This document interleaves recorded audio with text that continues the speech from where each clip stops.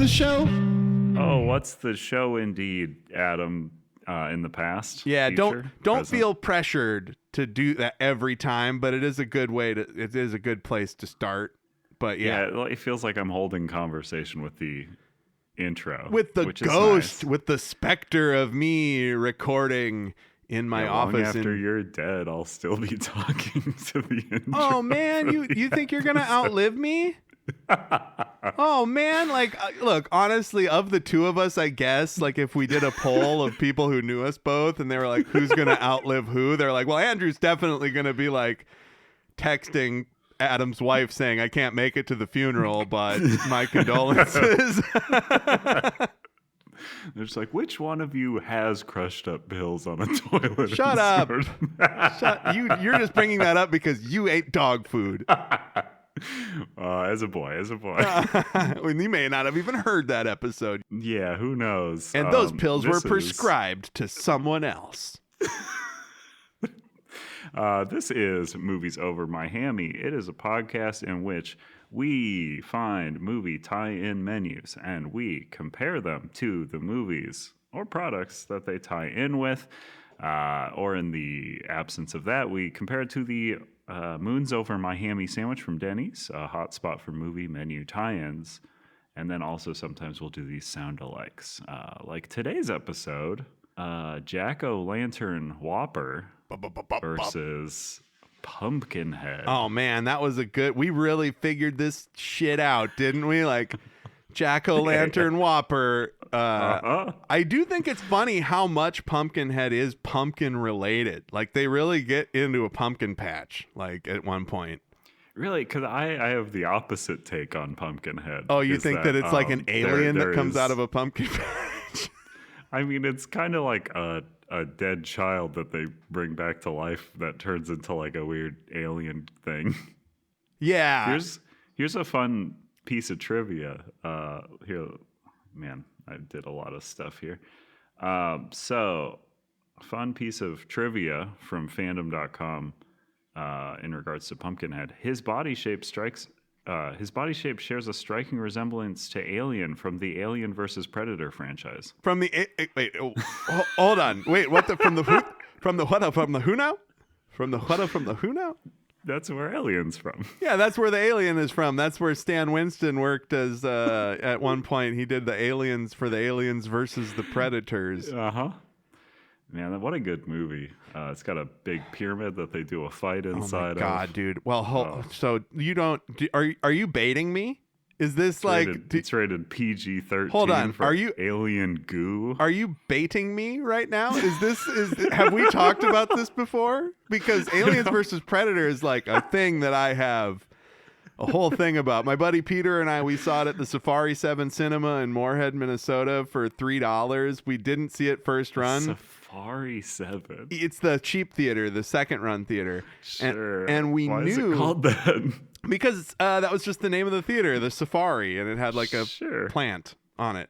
I ate mushrooms there several times. Well, that makes sense. I saw Shrek there on mushrooms. It was like the best thing I've ever seen in my life. Sure.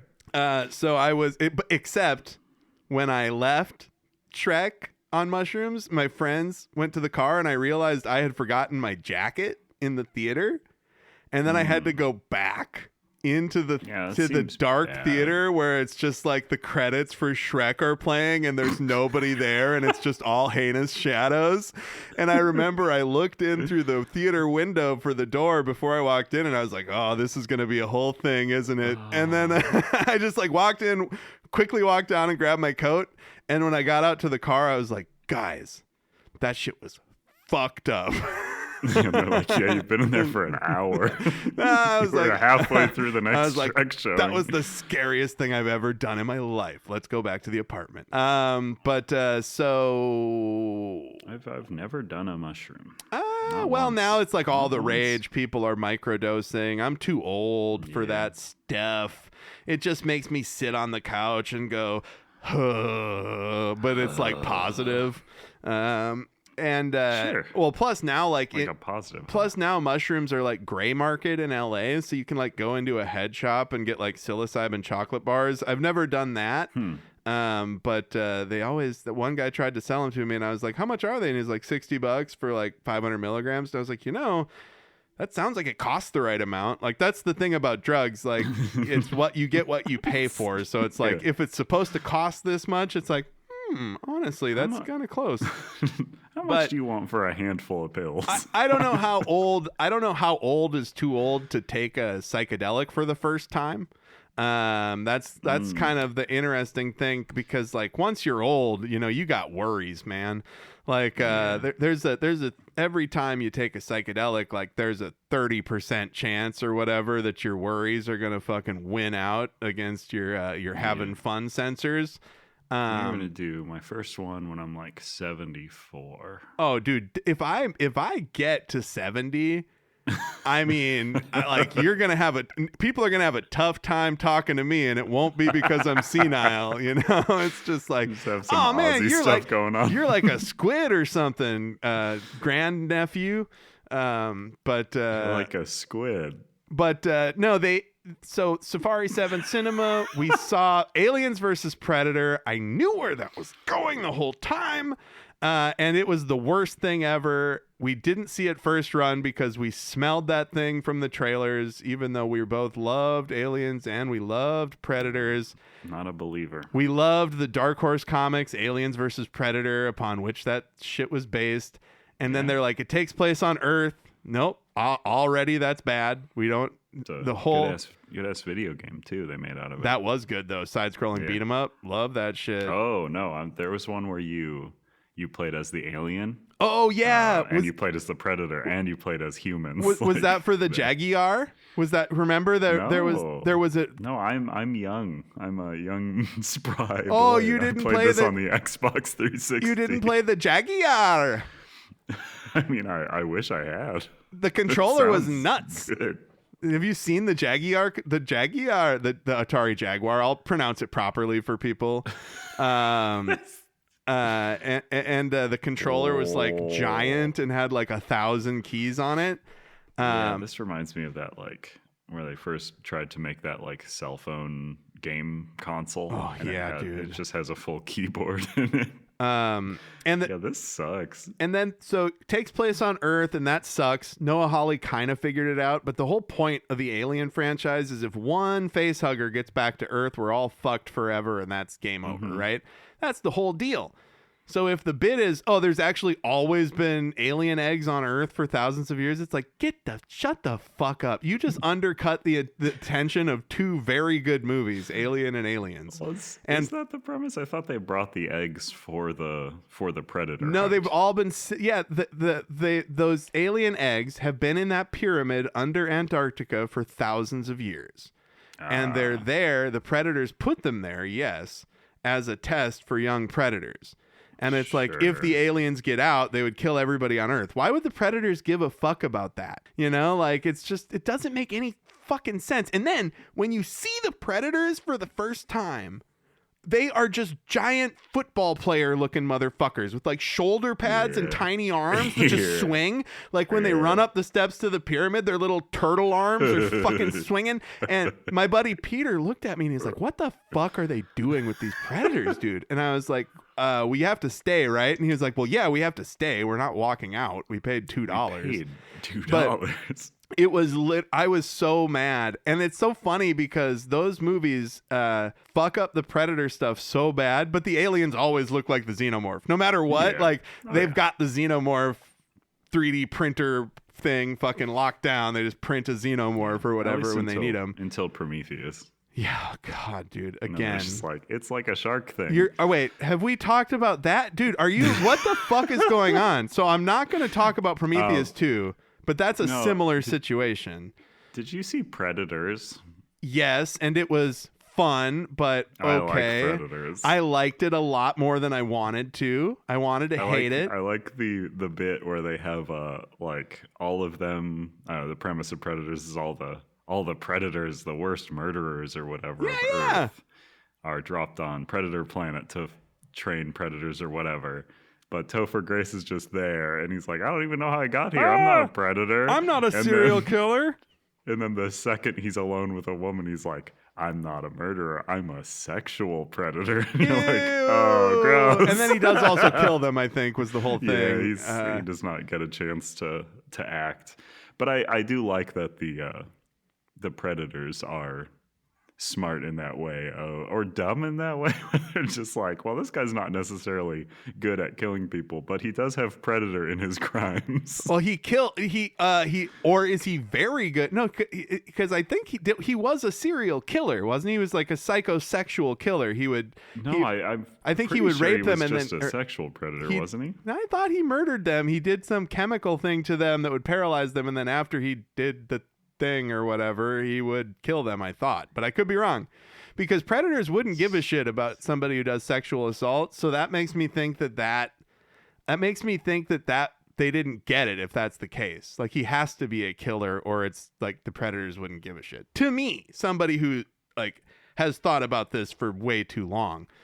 He is a serial killer. Yeah, that's what I thought. You Googled that while we were talking? That's very seamless, buddy. Holy shit. Yeah. Good job.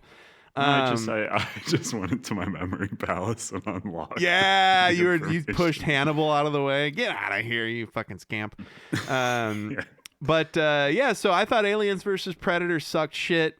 But Aliens versus Predator 2 also sucked shit. However, they do make it watchable and fun by having it basically just be a slasher movie where a bunch of teenagers get killed by both aliens and predators. And yeah. I thought that Predators was good. That's got the Goggins in it, right? Walton Goggins is in Predators. Oh yeah, it's a star-studded cast. Yeah. I really like that movie. It's got Morpheus hanging out in there too. Lawrence Fishburne. Yeah, absolutely. Yep. And then they let Shane Black attack fucking the Predator. Did you see that one? Ugh, yeah. Isn't that the one with the Robo Predator at the end? That one sucks so bad. I don't think it has a Robo Predator. I don't remember, at least. That one has one good bit because a kid finds the Predator mask. What you're gonna say? You're gonna say there's one good bit, and you're gonna describe the dumbest, worst thing that happens in the movie. I think I love this bit. So the kid finds this Predator mask. I hate how big it is. First off, the Predator mask is like, because predators, I guess, are supposed to be quite large, but They're tall, and they should be lithe. That's what they got wrong in Aliens vs. Predator. I forgot to say that. They're like big football player guys. They're actually very tall, skinny basketball player guys. Continue. Yeah. Go, rip it up. But also, like, the helmet that they wear, this kid wears it as like a Halloween mask that he has to like duct tape around his head, but it would fit the size of head of like double a human head. And predators ain't that big. But this kid's walking around with this Predator mask duct taped to him on Halloween, and there is a frat party that he walks by, and these horrible frat college kids throw a full can of beer at a child's head. And then, very funny as a stupid thing that would never happen, but then the mask like auto-activates and blows up their house, killing them all. I love that shit, dude. That's pretty good. That's there's some funny stuff in that. Terrible movie though, and it just sucks because it's got also very good actors. Boyd fucking Holbrook, who I think is like one. He's gonna be like, Boyd Holbrook is so good. I mean, unfortunately, we can't watch Sandman anymore because of the whole. The whole Neil Gaiman is one of the world's greatest, biggest monsters. Yeah. Holy shit! Did you read that stuff? I read enough. You read the bathtub? You read the bathtub stuff? The heinous. I don't know, man. I read. You read enough to make you feel bad about loving Neil Gaiman's stuff, and then never watching Sandman season 2, even though you really wanted to see it. And I'm not the victim. I never watched season 1. It doesn't matter to me because I'm not the victim. Me losing Sandman season 2 is not a bigger deal than people being victimized by a rich piece of shit. I'm glad you've finally taken that stand. It took me a while to get there. I felt very inconvenienced. I felt very inconvenienced for a long time.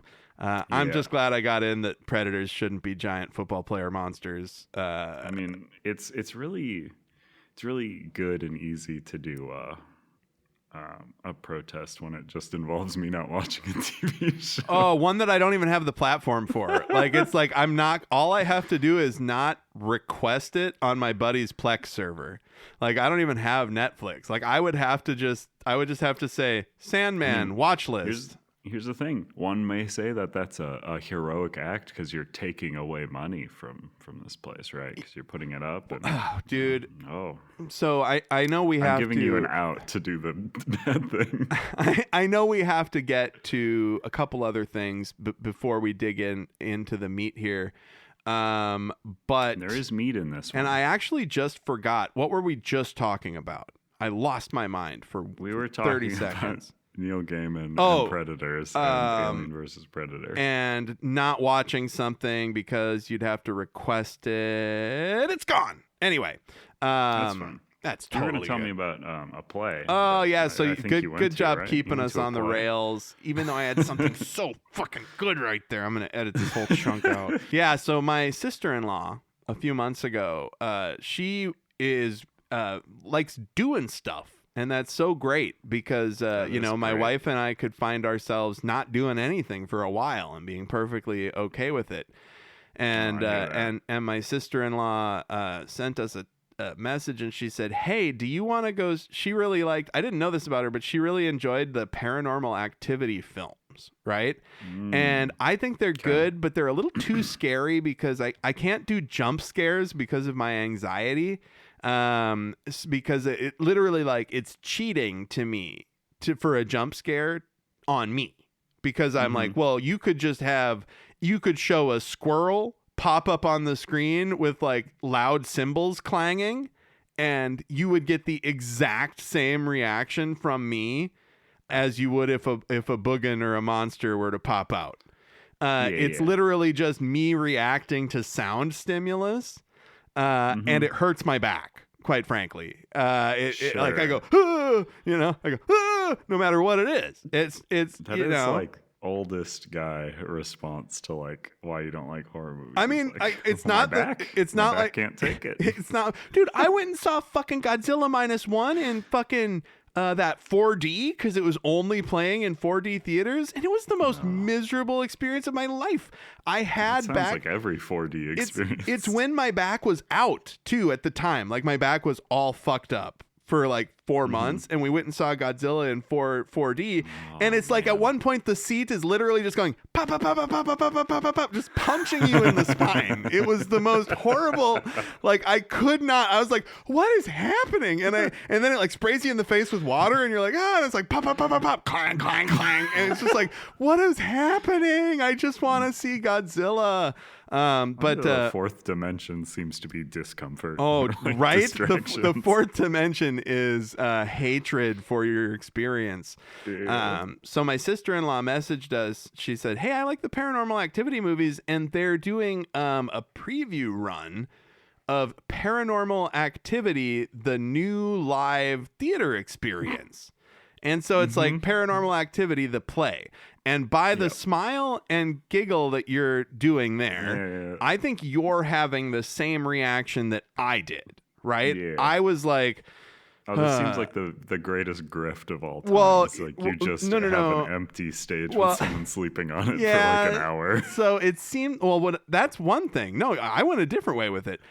I was worried that it was one of those things where a ghost is going to sit in my lap or something, I was worried that it was going to be a live theater experience, you're part of the experience, like Tony and Tina's wedding, but Paranormal Activity.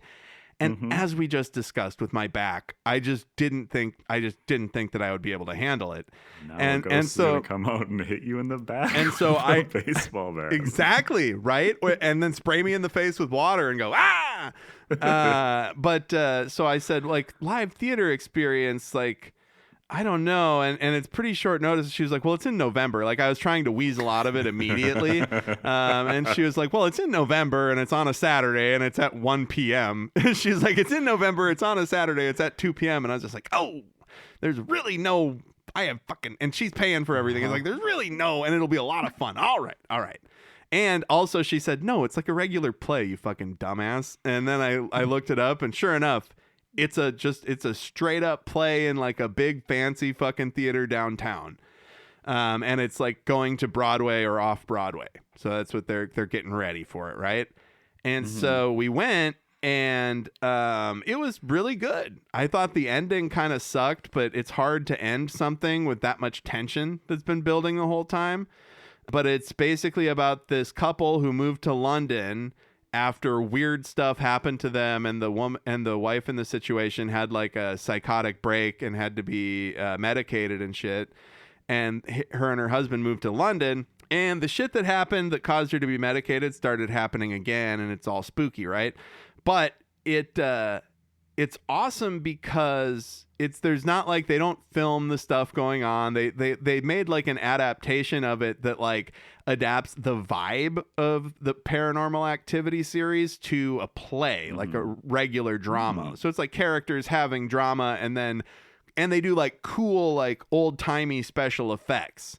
And it's pretty rad. The set is like it's just a cross section of a house.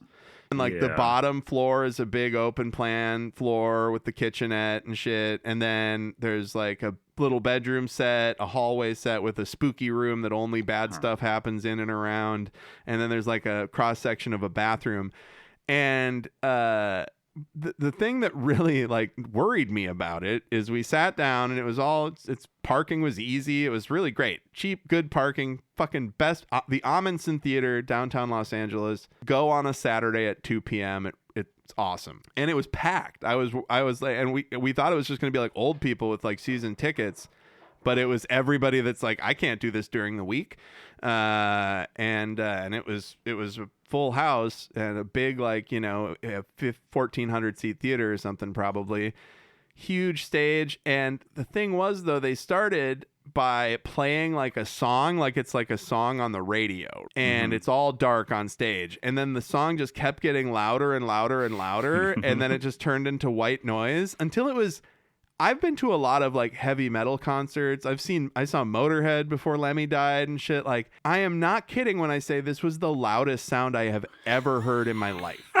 I was like, I looked at my sister-in-law, my wife, and I was just like, cause you're not going to, even though it's super loud thing happening at a play, I'm not going to talk during a play, even though other assholes around me didn't have those same reservations. But it was the loudest thing I'd ever heard. And I was like, oh shit, I think this is going to be too loud. Like, I went, oh no, I may have locked myself in to 2 hours of like really loud fucking shit. Like, I don't think that I have misophonia, but I think that like my claustrophobia gets triggered by loud things happening. It's happened kind of at movies a couple of times where I'm just like, I'm trapped in this fucking wall of sound. And concerts seem like a bad time for that sort of. Oh, concerts are fine though, because I usually know the music, so it's like I'm not. It's like I want to be immersed in that. This is like I'm in a situation that kind of sucks because it's like a spooky thing or whatever, But so, and then it ended up being, I think I know why they did that. Because yes, the special effects and the jump scares, because there were jump scares in the play, and they were very loud, but they weren't quite as loud as that opening.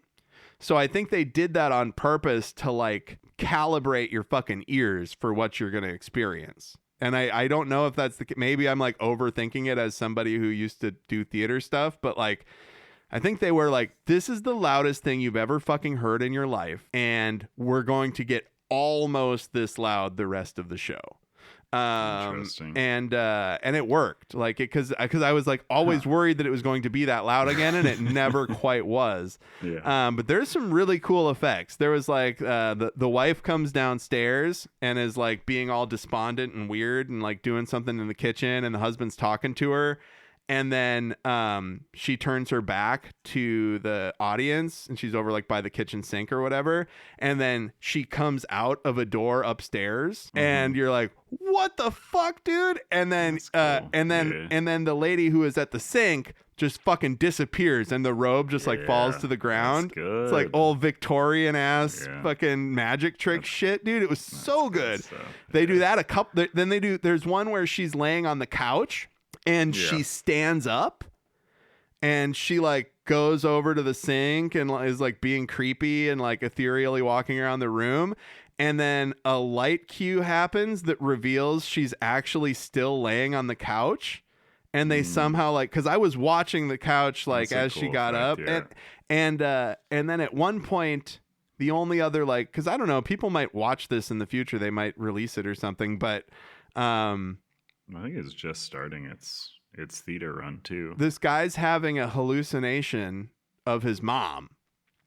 And he doesn't really know it's a hallucination, and they fake you out a few times, but at one point this lady just says something crazy, it gets loud as fuck, and she like peels her face off, and it looks like she's like peeling her face off, and you're like, oh, that's pretty good. Cool. And then you think about it and it's like she just had something in her hands. I was like, how did they do the makeup where she peeled it off? It's like she just had something red on her hands from her pockets and just like ran it down her face, and it was horrifying. Like, it was real good. I thought the ending, they kind of like, how do you end something? Like, they've been ratcheting up the tension so much.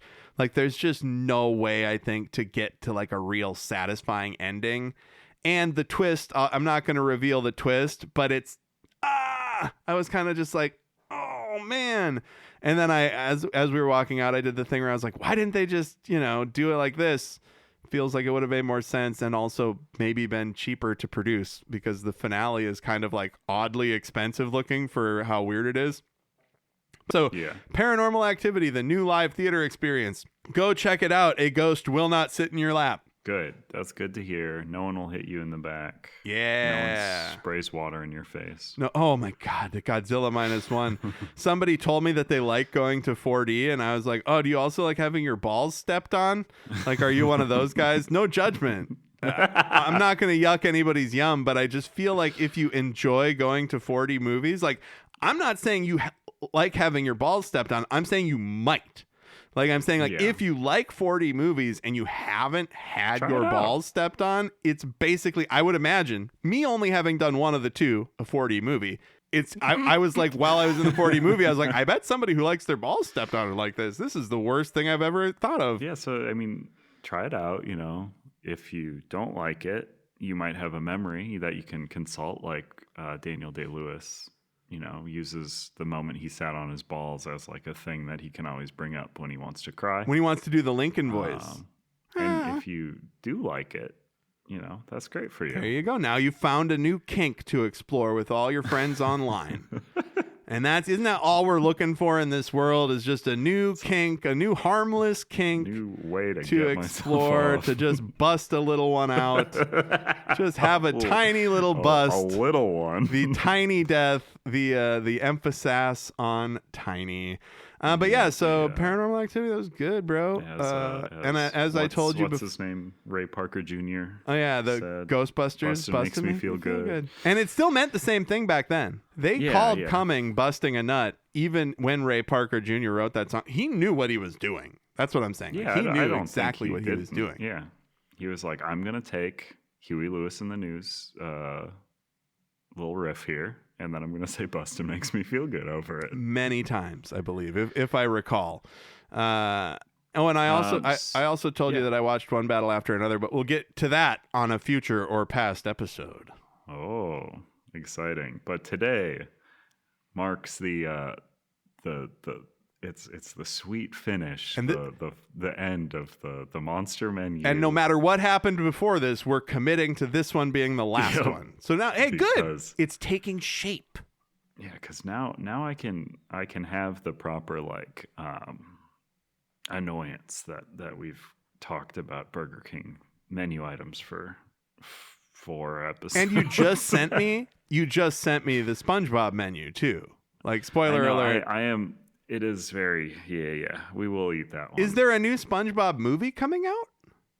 Presumably. I haven't even seen the last 4. I hope I understand what's going on. Yeah, you're going to be so lost. He's a SpongeBob? So how did he become that? Like, you put your mouth in a bucket of water and you try and grab sponges with your mouth? You SpongeBob? He was bit by a radioactive sponge and his... A radioactive sponge-der. Yeah, that's a reach, but yeah. I'll cut that silence down a little bit. Okay, so the Jack O Lantern Whopper is here's some copy. The iconic flame-grilled Whopper, stacked with American cheese, bacon, tomatoes, lettuce, onions, pickles, ketchup, and mayo, on a striking Jack O Lantern orange bun topped with black sesame seeds that gets its festive hue from natural spice.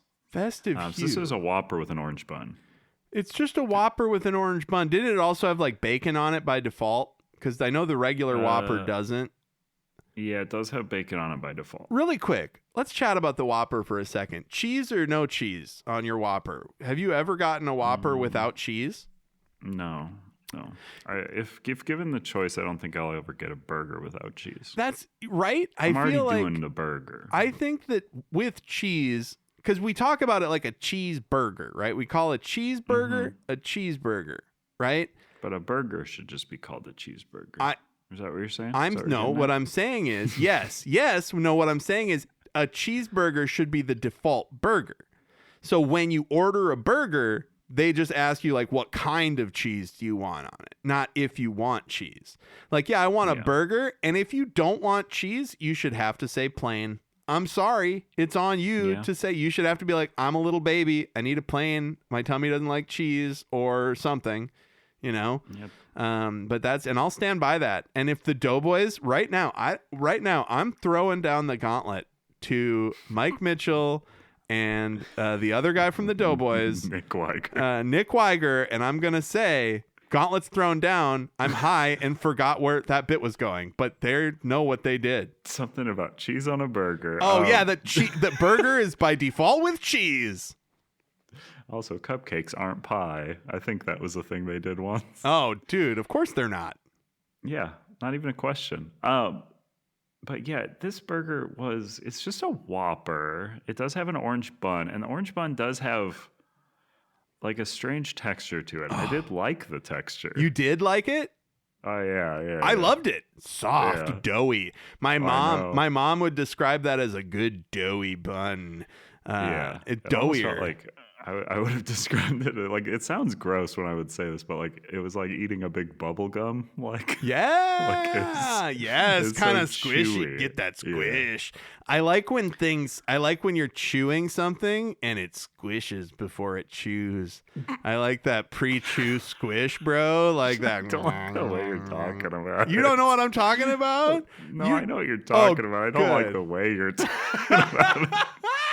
Dude, this is a food podcast. Like the guy who's bit into like a thigh of some pre-chew. person I like at that. some point. I like that pre-chew squish. Also, I have to say, this is the first time in my life I've ever said pre-chew squish, and it's like, I am ready to do a food podcast now, baby. This is what it's going to be. That's an iconic line, right? Visceral description.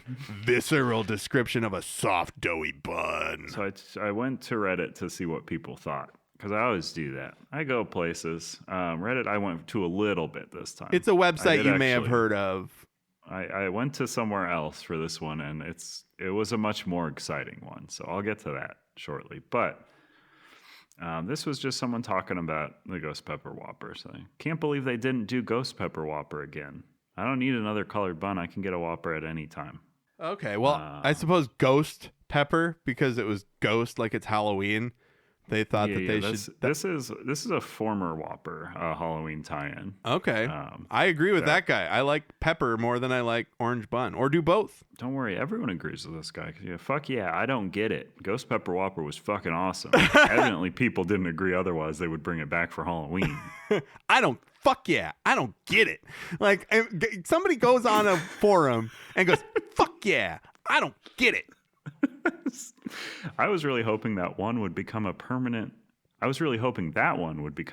menu item because it was genuinely good. It wasn't extremely spicy, but it was actually spicy by fast food standards, which surprised me. Every other place that comes out with a ghost pepper menu item makes them very mild. It's like they probably only use a single ghost pepper seed for a big batch of their sauces. Wow. A single ghost pepper seed? Yeah, just one. For an entire batch of sauce? To say it. Yeah. I mean, that's what they say other places. Well, you can't make it too spicy. This one, yeah, you got to make it. I like how that person distinguishes it as fast food spicy. because that's something you need to know. Is it like my Thai place spicy, or is it like made for white people fast food spicy? Like, is it meant to make my mom like be like, this is the hottest thing I've ever eaten in my life, or is it meant to make me say that? Here's another one. Someone also just commenting on this picture. No, I was hoping it was the one with the jalapenos. I hope they bring it back. Do you think that person means ghost pepper? I mean, someone below them says, or the ghost pepper Whopper for Halloween like 2 years ago. I think that was the only time I went out of my way to get Burger King multiple times because I enjoyed that burger so much. Well, that person's got that imprinted on their memory now. Yeah, I said, yes, thank you for reminding me of the name. And same here. I probably got it around 4 times during its release. A 4-time ghost pepper eater? Boy, this is where somebody else would say, I think that person's asshole had a rough Halloween. But I do not make jokes about spices making burning shits. Purple and black. I really miss the Ghost Pepper Whopper. It was the only time I went multiple times to Burger King. Dumbest thing they did was stop making it for Halloween. Sounds to me like the dumbest thing they did is not just making it year round. Just get that one ghost pepper seed out. Burger King promotion equals colored bun with, more times than not, Swiss cheese. They're a joke when it comes to these promo burgers. Just bring back the Angry Whopper full time and be done with it. They clearly don't give AF anymore. Angry Whopper was legit. Angry Whopper was legit. That's what a lot of these people are talking about. Well, I think there was an Angry Whopper, and then there was the Ghost Pepper Halloween Whopper, where it's like, I'm a ghost in a pepper costume, or a pepper in a ghost costume, as it were, whichever would be the case. But then there was also, for years at a time, the Angry Whopper was available as a limited item. So, and that had like chopped up jalapenos, I think, in the cheese sauce that they put on it or something. It was angry as fuck, dude. Like that Whopper, you'd open it up and it'd be like, I'm fucking mad. You know, like didn't it have like a bright red bun too? Oh, maybe. Yeah. There's no way we could find out. Made it angry. Yeah, there's no way.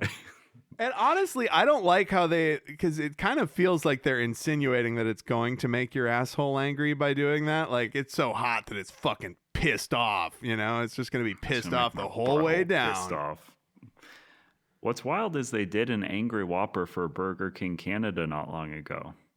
Burger King, Wendy's, McDonald's, they all been doing this shit for like the last 2 decades, lol. Angry Whopper was just another predecessor. Wild. Yep, people keep buying them. Just because you don't like a promotion doesn't mean no one does. Wild. I'll be back when the BK Stacker does. And this time, make it a real Whopper patty, not a stupid tiny thing. The BK I go to when the Stacker sauce comes back knows I'll get a Bacon King with no ketchup or mustard and add extra Stacker sauce. Reminds me of old but good times. They know that. Like when they get the Stacker sauce back, they're like, oh man, this poster's going to be coming in. Oh, Jerry's coming in today. Jerry's coming in hot for that extra Stacker sauce with the big burger. Yeah, we've got it already made up. We know he's going to be in right when we open, so we have a few ready. I have no idea what a stacker is. I assume they are sliders because this man commenting on how stupid and tiny they are. No, it's not a slider. The stackers are just their regular cheeseburger size burger, like what they do for the double cheeseburger. But it's that there is a stacker sauce that is like a Thousand Island Big Mac style sauce. So it's basically like just their regular double cheeseburger with some Stacker sauce on it. And he's right. The Stacker sauce does rip. It's great. Just get Thousand Island dressing. Like at home? Is it like you're supposed to like bring Thousand Island dressing? What are you talking about, dude? Like just get Thousand. Oh, yeah, I'll just bring a packet of Thousand Island dressing. I spent time researching this, and the amount of times I saw people talking about Stacker sauce and like the sad existence they live now that there's no Stacker sauce. Why don't people just bring it? Yes, from home. If this is if you look at their brain space it takes. If you look at it from the perspective of somebody who has nothing else, yes, I get it. So I thought we'd talk about like what is the Ghost Pepper Whopper. So the Ghost Pepper Whopper was first introduced in 2022. The Ghost Pepper-inspired take on the brand's flagship Whopper features a flame-grilled 100% beef patty stacked with melty, spicy queso, crispy jalapenos, bacon, and ghost pepper cheese, all on a toasted orange bun topped with black sesame seeds. That sounds so much better than what I ate. So I do a bit understand where these people are coming from. Read that back to me before we got to black pepper seeds. Does it have bacon on it? I missed that. Flame grilled 100% beef patty stacked with melty, spicy queso, crispy jalapenos, bacon, and ghost pepper cheese. Yeah, all on a toasted orange bun. That kicks ass. Yeah. It sounds better. Yeah, they're right. Everybody's right. That's the thing that we had sucked, like by comparison. Yeah. And so I was do you think digging. Do you think that orange bun is the same doughiness? I mean, I think so, right? Because they would probably just do the same thing. Why wouldn't they? Right.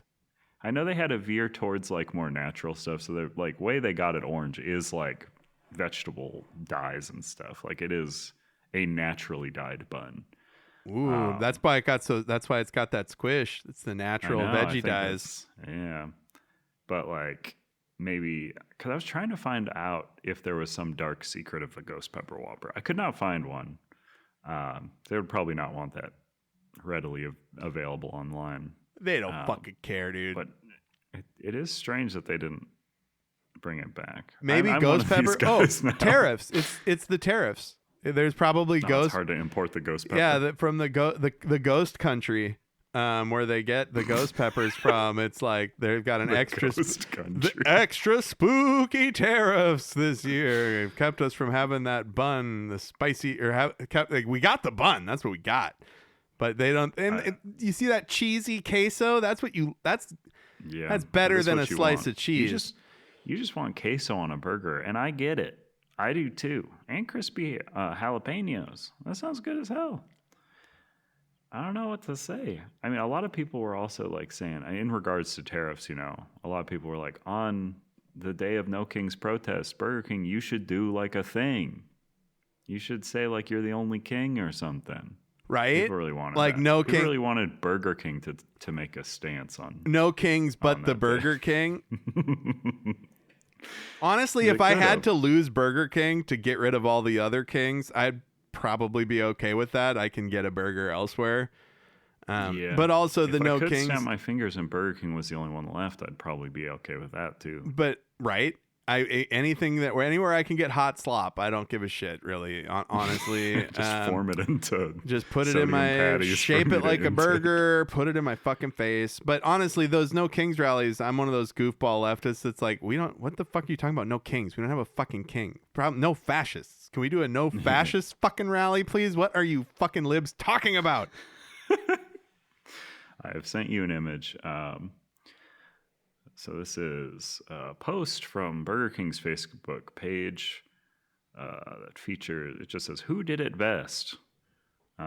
Is an image of a Jack O Lantern carved pumpkin, and then the Jack O Lantern Whopper. Did yours not come in that wrapping? No, wait.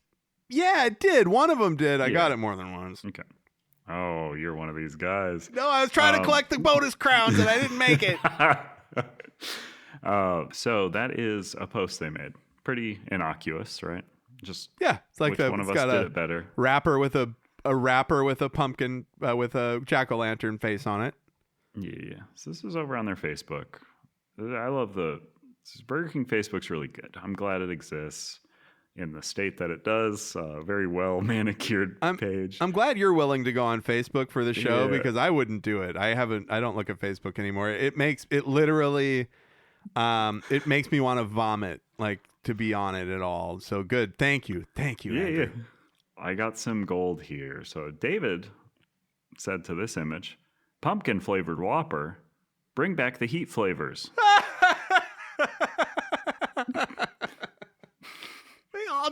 They think about it all day.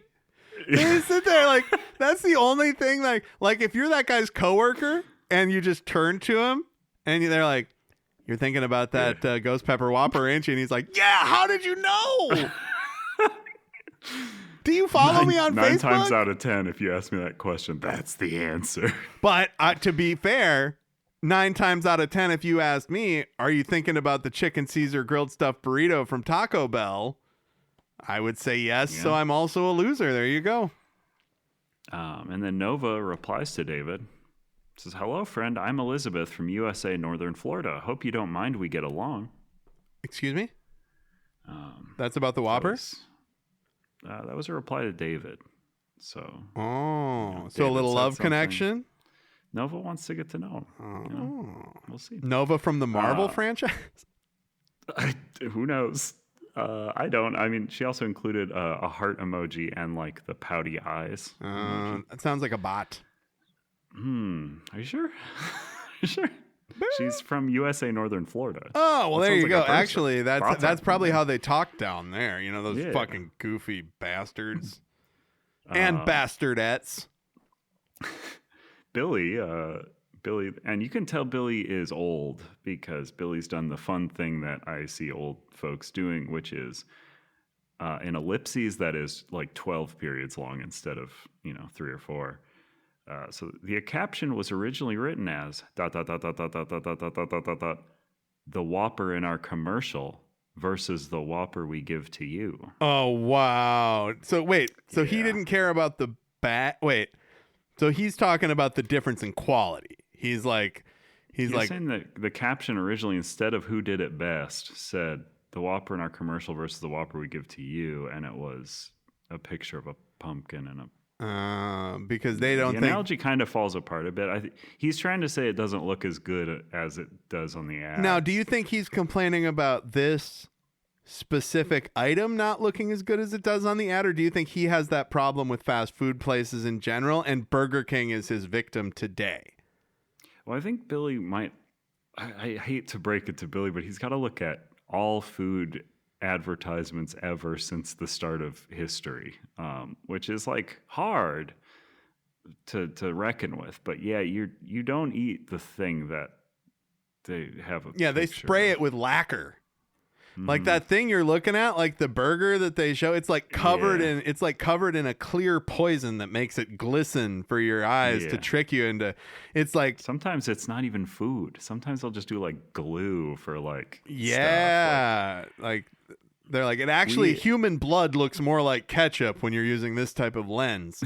When I used to work at Whole Foods, somebody definitely weekly would try to return a frozen meal after eating it, of course, and be like, it did not look like the picture on the box. But did they well, so here's the thing. That could be a number of things, right?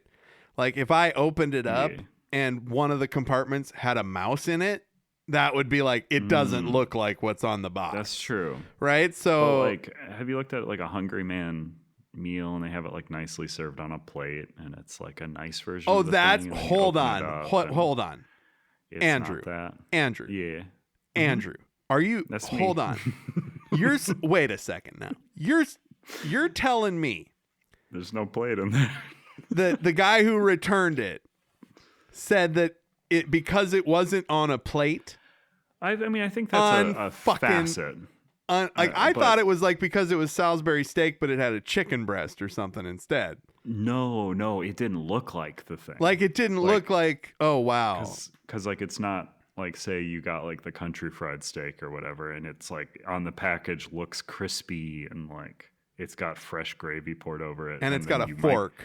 You take it out of the thing and it's like soaked in gravy because.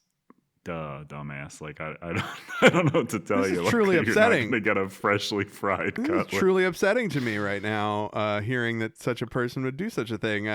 I'm sorry, but you paid $2 for something, and you expected to open it up and be like, "Oh my god, this is fresh." We're giving you all of the sodium you need for the next 2 days. Hey, sir. Motherfucker, go get Factor. $2. Go get future sponsor of our show, Factor.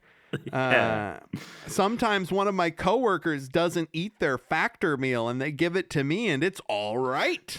So remember, these are all replies to who did it best between the Jack O Lantern and the Whopper. wrapper for the Jack O Lantern Whopper. Vishal says, Whopper, if I am getting a free Impossible Burger free. A free Impossible Burger free? Mm-hmm.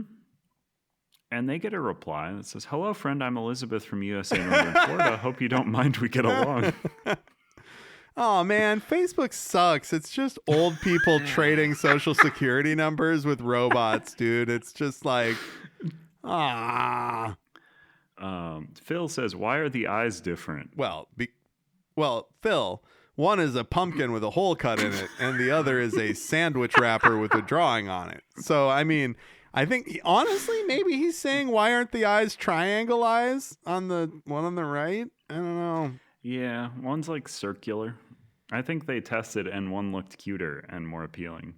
Or one was slightly less costly to produce the printing for the wrapper. We've already got the round eyes from like a Mickey Mouse thing. The factory is like, those are Mickey Mouse ears repurposed as eyes or something.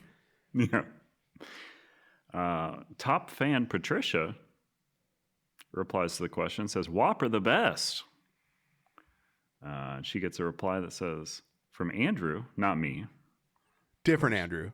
She gets a reply from not me, Andrew. It says, hi, I'm always happy to see what you share here on Facebook, but we're not friends yet. I've tried sending you a request several times, but it doesn't go through. I would be so happy if you can just click on my profile and send me a request. But if you find the message embarrassing, please forgive my manners. Have a safe day. Have a safe day. Thank you, Andrew. Patricia's internet. Popular too because she does get another reply that says, hello friend, I'm Elizabeth from USA Northern Florida. Hope you don't mind we get along. I smell a bisexual. Oh, Elizabeth. Hey, look at that. Just commenting willy-nilly. Gender be damned. I like it. Sam, the Burger King we visited, they leave the address of the Burger King. Says, two guys that worked there were being very unprofessional while my family sat and had dinner. One was constantly using profanity as he was talking about someone that worked there, and then was talking about women being on their period and not showing up to work. Whoa. He obviously did not care about other kids and women that were there. If someone that is a manager gets this, it was a taller guy with dreads. Oh, here we go. Management reviews this and talk to the employees that work there. This happened on 10:30, around 4:30 to 5. I am praying that is a white kid with dreads. Like, please let the kid, please let that person not be just complaining about a black kid. Because can't. If this is conversations, happening in public, I suppose that's not great. I mean, you got to go to Facebook. Misogynist. It is. Profanity. Like, sure. It's not good. Which is good because he gets a reply from Live Chat Specialist. Ooh. He says, Sam, we sincerely apologize for the inconvenience caused. No space after their period there. And they say, I have already responded to your direct message. Kindly click on my profile and send me a private message for immediate response and assistance regarding your concern. No period. Thank you. No space and thank you. I just need your social security number to process your complaint with the Burger King Corporation, and then I will fire the white kid with dreads. This person's getting help all over the place because Winnie Help D also says, Sam, we'd be happy to help with that. Can you please DM us so we can look into your account and make sure everything's in order? And then Winnie Help D also says, looking forward to your response. Do those have any sort of Burger King related paraphernalia in their screen names? No. Oh, so they're just general helpers. They're like Liam Neeson. They're just really helpful. They're like Liam Neeson from The Takens. They're like, hey, we've got a specific set of skills, and it's letting Burger King know that you fucking overheard a very rude conversation. Like, here's what I do. If somebody has a rude conversation around me, here's what I do. I ignore it, and then I forget about it forever. And I think that because here's the thing, that person that's having a rude misogynist conversation, yes, it sucks. They are making so little money. They are just crushed by the gears of capitalism into a little fine powder for their capitalist overlords to fucking snort off a golden toilet. And yes, it's misogynist and it sucks, but you sometimes gotta you just gotta go like, ugh. Because, like, you complain about that to that person. You complain about that person. They might lose their job Their job may feed it. Maybe their younger brother, hangs out, like they take care of their younger brother. They help their parents out or whatever. Like, you don't fucking know. I know, and it's just like we're fighting to not pay them at all. Maybe, but then we also want them to do like really good jobs and just like, be super polite all the time. Guys? Like, plus, like if I'm paying this person dog shit, like they can treat me like dog shit. It sucks, but like pay them more. I don't know, man. There's no excuse for misogyny. But we don't know like what that person's gone through. What if their father or mother was killed by a woman on their period? Like we don't fucking know. Like, I'm not saying it's right. Even if his family was murdered by a woman on her period, it would not be proper for him to be misogynist, right? Because that's not all women. Mm-hmm. But a young kid doesn't really have the emotional maturity to separate those things. Mm-hmm. And maybe, unless he's a white kid with dreadlocks, then he's a piece of shit and he should be drummed out of the Burger King. And I just want everybody to know that if it's a white kid with dreadlocks, he should be decapitated. Like, they should just take him to a guillotine and be like, we're warming it up for the rich people with the misogynist pores. Burger King does reply. They say, hey, that's not right. Can you please let our BK guest care team know? And then they have a link to bk.com/support. So that's good. But Live Chat Hub Specialist does want to get in there to help it. Hey, I can smooth things over. You need a third party between you and Burger King? Yeah.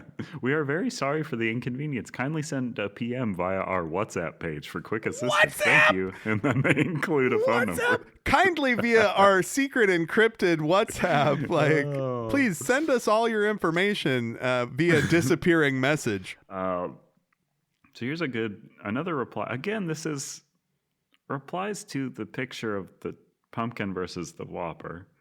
Thank you for that's important. Thank you for reminding to have. me. So Jason says, why does everyone forget about Thanksgiving? What? Especially in today's world, we need to be reminded of good things, good deeds, concentrate on what we have instead of what we don't. People should be concentrating on needs and not wants, like roof over our heads, food to eat, and friends and family to love. We need more Thanksgiving commercials showing people helping their neighbors, friends, and family, celebrating and being gracious for and towards each other. After Thanksgiving, and then you can think about Christmas. Whoa. Here's the thing, Andrew. I would like to point that motherfucker to the Thanksgiving sub at Subway, which I was thinking about talking to you about. Maybe we could watch that Pilgrim movie that Eli Roth made or whatever and compare it. We could also watch that new Happy Gilmore movie. That's Subway related. Oh, but that's not Thanksgiving. That's Subway related, not Thanksgiving related. Oh, I don't want to watch the Happy Gilmore 2. I've seen it. It's really bad. Really? It's literally just them looking at the camera and saying, "Remember when we did this in Happy Gilmore?" To the point where you're just like, "Man, you guys had so much money." And they're the only times that Happy Gilmore 2 succeeds is when they're doing one or two things that they didn't do in the original movies. Like, there's a time where he just goes out onto the course where he's like, because he's lost it, right? He's no longer famous. He's like a buster now, right? So he hasn't played golf in years because it ended his marriage or something. I don't remember why. But he goes out to like just like a scrub, like a public course, and he gets teamed up with three other like rando like golfers for the day, and it's really funny because they start to realize that he's this famous golfer, that he actually is Happy Gilmore. And it's like Eric Andre and the girl from The Substance and somebody else are like these public course golf enthusiasts that are with him, and every scene that they're in is like funny because they're not analogous to any characters from the original. But then as soon as they like start bringing up stuff from the original, it's like this, they just put the fucking brakes on the whole movie. And, you can't, like, they're just going to make whatever and get a paycheck. Yeah. So it's like, you can't, but like, I'm not going to sit here and debate how you make the successful Happy Gilmore sequel. I think there's a way to do it, But like, But I just not this way. yeah, probably. I don't think that like resurrecting Bob Barker or whatever they did. I can't remember, but it's like that kind of shit. And also Adam looks like a Sandler. bummer. You see, I haven't seen Uncut Gems, but I have seen Punch Drunk Love. Like Adam Sandler really is good an at Punch Drunk actor. Love. Like he's an actor. I forgot Punch Drunk Love is a PTA movie. Yep. It's Oh, like one of my it's one of the great ones. I was just thinking about that as I watched one battle after another. I was like, wow, this is like, I was trying to rank it against. I didn't watch Licorice Pizza because I think if you see the Licorice, You shouldn't watch Licorice Pizza. if you see the Licorice Trailer Pizza, the Licorice Pizza trailer. Licorice Trailer Pizza, yep. If you see the Licorice Trailer Pizza and you get excited to watch that movie, I think you have a problem with your brain. Like Licorice Trailer Pizza sounds like a movie tie-in menu for Licorice yes, Pizza. yes, and it's a trailer. It's a pizza shaped like a tractor trailer. Like, and they With did not licorice get on it. it. They didn't get it. Made of licorice, but yeah, Licorice Pizza is a stealth prequel to Punch Drunk Love. Funny enough. is it? No, Yeah, because it stars Philip Seymour Hoffman's kid, right? and he plays the son, and that's his character that he grows up to be, is the guy on the phone in Punch Drunk Love. Well, here's the thing, right? Because he plays. These are my observations. These might be.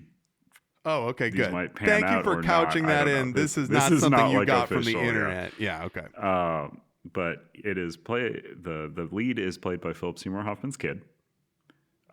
He gets an idea to start selling waterbeds, so mattresses, right? And then at some point he finds out that like the women employees at his mattress thing can do like vaguely sexual phone calls to bring in extra money. Oh. And I was just like, oh, these things are all That's- factors to the mattress king. That's what Licorice Pizza is about? Licorice Pizza is not really about anything. I mean, at its core, it is that like Philip Seymour Hoffman's character is like a high schooler who starts dating like a 20-something, Oh. which is gross and weird. Is he 17 or is he 18? I think he's 17. Why I do they do think that? The movie like points out that he's not of age. Why do It's, they like, kind of- fucking do that? That's why I remember why I didn't watch it now. It's just like you don't Yeah. like Jesus fucking Christ, dude. Like But there is one scene in that movie that like rules school, and it is like Bradley Cooper has like unadvertised cameo as just like one of the guys from the Bee Gees, and he's like a lunatic. Oh. And it's really good. And I bet it's a one of really those good scene. I bet it's one of those scenes that I could watch just that scene on YouTube and totally get it and be like, probably, there yeah. we go. That's all I needed to see from that bit of cinema.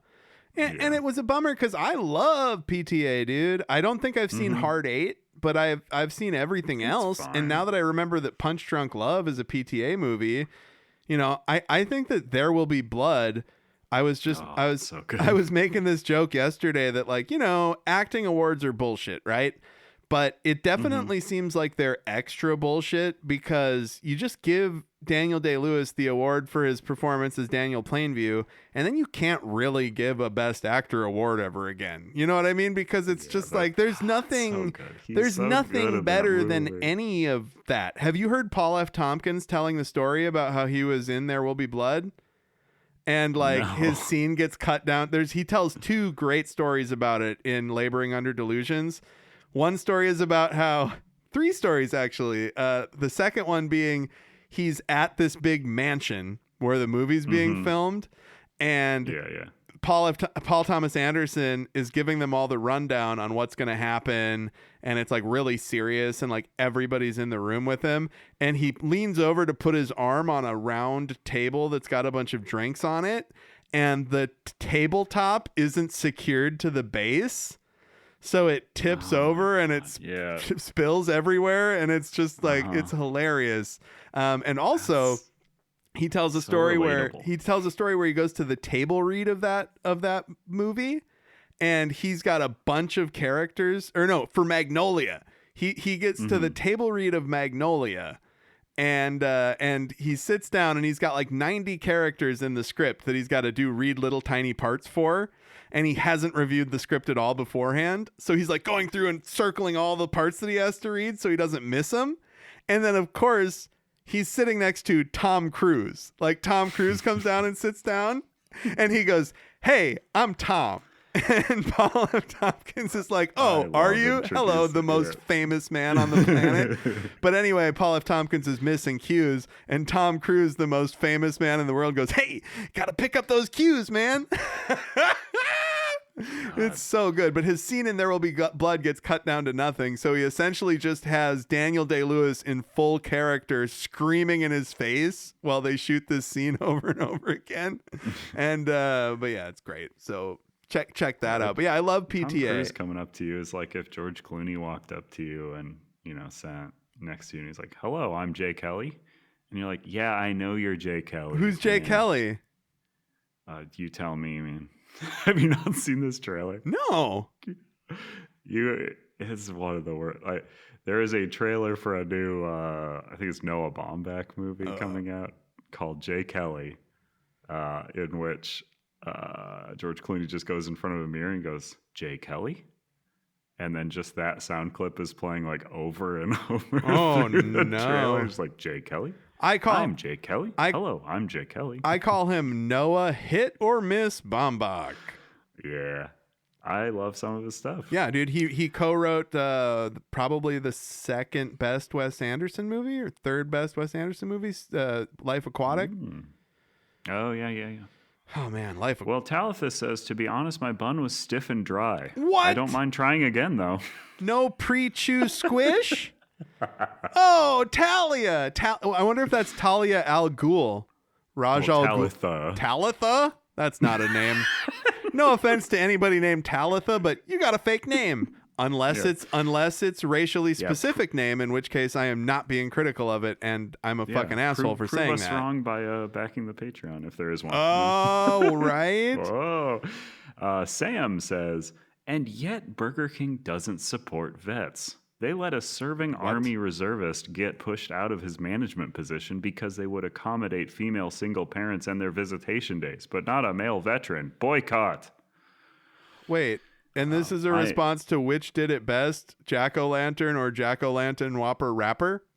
Mm-hmm. Jack O Lantern Whopper Rapper, Jack O Lantern Whopper Rapper, Jack O Lantern Whopper Rapper.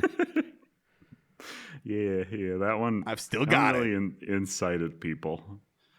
Whatever happened to the Royal Perks offers? The only offers I get now are from Walmart Plus. Oh, well, first off, idiots. You shouldn't be using your Royal Perks for anything other than free large onion rings. I've done the calculations, and dollar for cents. Somebody said you got to fix your onion rings. That's another comment. You've got to fix the only good thing you have at Burger King. The tiny little, the mini onion rings, they should, here's the thing. Little rubber bands. It's fucked up that they don't call them mini onion rings. Like, they should be called mini onion rings. There's not onion rings that I have never, the only place in my fucking life I have ever seen an onion ring that size, Burger King. Every other onion ring is like a regular sized onion ring. But they're trying to push this agenda where no, onion rings are actually the size of a quarter, and it's like we see right through you, Burger King, even though they're delicious and the zesty sauce whips. Yeah, I mean, I like them. I like that they flat out have a half and half order now. That's like a work of genius by them. Yeah, it's pretty good. They do that at Jack in the Box too, which unfortunately, as we've talked about, you can't have. But I want it so bad. Gremlin's meal's good too. The midnight sauce is good, get dude. Out of here. It's such a uniquely sad experience that I cannot experience the Gremlin's meal, one of my favorite film franchises and like one of my favorite fast food chains. And I was like, man, I'm going to Philadelphia for PAX Unplugged next weekend. I'm going to find a Jack in the Box because there's none in Minnesota. Oh, dude, they might. Looking it up. Are they still going to? A goddamn Jack in the Box There's in not? Philadelphia either. There's no Philly Jack in the Box? Well, there's no Jack in the Box in Pennsylvania. For that episode, you're not going to have the sauce, but you're going to have to go to Hardee's and put together a pretty expensive custom menu. Hardee's don't got most of it either. I looked at what's on there. They don't have onion rings? Tacos? Do they? Hardee's doesn't have tacos there? No. Carl's Jr. has tacos. Oh, wow, dude. Yeah, Hardee's is bad. Oh, Carl's Jr. doesn't have curly fries, though. That was a disappointment the first time I went to a Carl's Jr. out here. because that's why you go to Hardee's is the curly fries. Let me see the last few things here. Loved the Jack O Lantern Whopper and the cool wrapper, but did anyone else find the bun extremely chewy? I pulled the sandwich apart to see if they left the paper or plastic on the cheese. That motherfucker's complaining about the pre-chew squish. Like, unreal, dude. You're complaining about a feature, not a bug. You know, that's like if you were looking at capitalism and being like, oh, I think the rich people have all the money. And it's like, yeah, that's fucking what it's about, dog. That's the whole thing. It sucks. But in this case, it's good. The bun thing is good. Yeah. Capitalism's bad. The bun was good. Capitalism. The price on that burger was not good. But many people did tell me a BOGO was a thing that they did. And also, we got the BOGO Jack O Lantern Whopper once, Brittany and I. And then one time we got the meal where we split the Jack O Lantern Whopper because it just seems like so much food because we got all of the items, you know, and the bun's like really big. Like the bun is quite large. Is it bigger than a regular Whopper bun, you think? I feel like it is in my memory, but I might just be hyping it up in my brain. Well, it's gone. It's lost to the sands of time now. We'll catch up. Next Halloween, we'll actually do this on Halloween. That'll be. And don't worry, we're not committing to 4 fucking episodes next October about the Burger King menu, but we'll catch up with it. Unless they specifically do be like something rad. The French fries are inspired by Michael Myers, and unless the burger is Freddy Krueger. Unless it's the coolest thing ever that makes the most sense. No, it'd be Freddy's finger French fries probably, and. What am I doing? I gotta save this for a future game, right? Oh my god, yeah. Set that aside. One that was repeated often.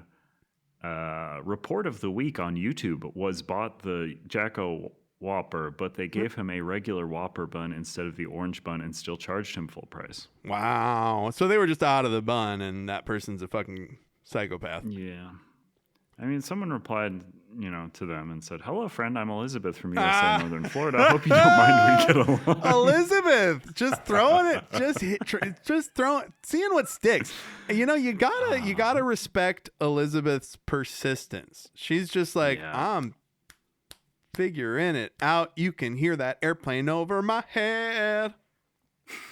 I mean, what I experienced visiting the Facebook Burger King page was such a level of like unchecked like bots trying to farm angry old people. That's all. That's all Facebook is. It's crazy. It's going to turn into nuts. So what they're going to do is they're going to start creating bots that are the old people that interact with those bots to like ratchet them up to a new level of fucking absurdity before they unleash them on actual old people. And it's going to grind society to nothing. And I just hope that we end up being the last podcast that succeeds.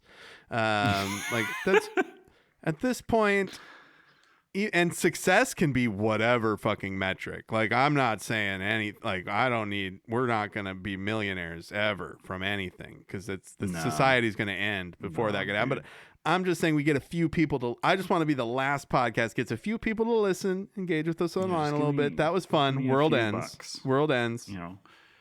One thing we can pitch as a Patreon thing is the value menu. Like that's the cheapest tier. Yeah, right? That's fun. You get free episodes without ads.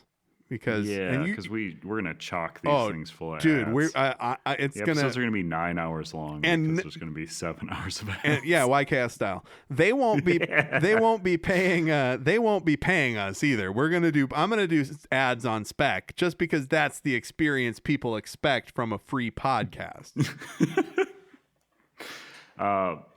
So you have any closing thoughts on the Jack O Lantern Whopper before we? I liked it. Now the thing was though, as soon as you read that somebody said, "Hey, Angry Whopper," I was like, "Oh no shit! Ghost pepper, ghost. Put a ghost wrapper on it, like make it look like Boo from Mario, a legally distinct Boo from Mario." I now realize that this burger is a lie. I know, that's the thing is like I ate that Whopper and I was like, this is better than any Whopper I've had, right? Because it's just got the chewy bun and I like that. But, and then I was reading all these comments, everyone constantly, for the past 4 weeks of these records and, you know, all I have heard about is this goddamn ghost pepper Whopper. And I'm just like, every single mention of this Halloween menu has been plagued with ghost pepper Whopper comments. And I've just been like, these people need to shut the fuck up. Well, you're right. Get over it. You're right about. I read the description. I'm on their side. You're absolutely. You're right about that. That yes, it's annoying that they keep bringing it up. But the ghost pepper Whopper, they are correct. It would be superior. Here's what I think for the promo fried items. jalapeno pieces, man. Like I just chopped up jalapeno. So that's good. the way to do it. And then they also had fried jalapeno coins on it, I believe. No, it sounds It's good as hell. It sounds really good. It was. I got it a few mad. times. You should be angry. You should go on Facebook right now and talk to Elizabeth. Yeah, but I would like to make friend with you so that we can both Fight- commiserate about the loss of the Fight Ghost Burger Pepper King. Whopper. One thing that I want to say about promotional burgers, I think that you can't just change one element. I agree. The pumpkin bun, you gotta have a sauce. And honestly, I think that if like with the Jack O Lantern or with the Jack in the Box Gremlins menu, not going to get too into it, of course, because we are going to cover it at some point. But you get an air freshener that looks like the Gremlin on one side and the Mogwai on the other side, right? And then there's this very specific tasting special sauce. Now, beyond that, they don't change anything else with the food. But that's two elements that they do change. You get a promotional item, and it might be printed on the box, the midnight menu with a gremlin face or something. But then they do the sauce. So I think that you need to have the bun be a pumpkin, and then you need some sort of sauce, and that's where the angry Whopper would knock it out. Like it's a haunted sauce. This Whopper is haunted by the spirits of the cows that died to make it. And if it's an Impossible Whopper, it died from the people who died from the conditions of making them. No, because you know that Impossible Factory is just a fucking death camp. I think all sort of protein manufacturing places are Why are my horrible. hands all swollen? That's the thing that people who worked at the turkey plant in Thief River, where I grew up, people who worked at the turkey plant, they'd talk about how their hands would get swollen from interacting with the chemicals. And it's like, paid one of the highest paying starting gigs. Yeah. Like I knew a guy whose job was to shock the turkeys because that's how they do it. Like they drop them into electrified water and it shocks them to. Oh, Jeez. Content warning. I'm sorry. We're kind of a woke podcast. I forgot. I do does the dog die for everything. I do does the dog die for everything, and turkey executions. I'm like, oh yeah, I knew the guy that shocked I knew the turkey Mengele. Good Lord, that guy just has to go. He's haunted by the consulate of he's in a paranormal activity situation. He's got like the Rescue Me thing where like Rescue Me is the firefighter, the who Dennis walks Leary around with all the 9/11 ghosts that he couldn't save. Ooh. Is that what? Wait a second. Hold on. Do you not know the premise of the show? Wait, you motherfucker. I'm so sorry. We do a long form podcast, and I love it for reasons like this. I watched episodes of Rescue Me. I did. Are you fucking telling me that in those episodes he would talk to the ghosts of 9/11 victims he couldn't save, and they would like help him solve his problems? Yeah. No. Yeah. No. Yeah, he recently he often sees his brother who died in the World Trade Center. But he does see lots of just like charred people every now and then. Fuck, dude? I thought it was a workplace dramedy. It is. Like, but sometimes they'll just like they'll have that little like accent of like, we need to ratchet up like what's driving this guy. And they'll just be like, here's some charred people. That's FX. That's why. That was the early days FX, edgelord FX shows, I think. Yeah, almost positive I'm not making this up. No, it sounds like we're in a Mandela situation where I came from a universe where that shit was just a normal show about a firefighter, and you came from a place where it was almost a more interesting premise, I guess. I don't really like Dennis Leary because he just stole everything from Bill Hicks, and he sucks and is bad, and the Pull Your Pants Up. He's the poster boy for the Pull Your Pants Up comedy. Yeah. But yeah, so that's I thought the Jack O Lantern Whopper. I think in general you got to change 2 things to be a promotional item. Yeah, make an attempt, Burger King, you fucks.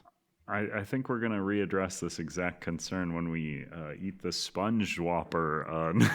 Do you think it's gonna have the pre-chewed? Do you think it's going to be a soft pineapple bun? I mean, I believe if memory serves, it's yellow bun. Oh, they should do Hawaiian rolls. It's very funny because the top of it is a regular Whopper bun, but the bottom is a square. Oh. Just make both of them squares. Is there a sauce? I mean, it's called SpongeBob's Krabby Whopper. I don't think they've officially release it. This is how sad this thing has become. Wait, are you looking at something that's coming out way in the future? Are you on websites? Coming out in December. Okay.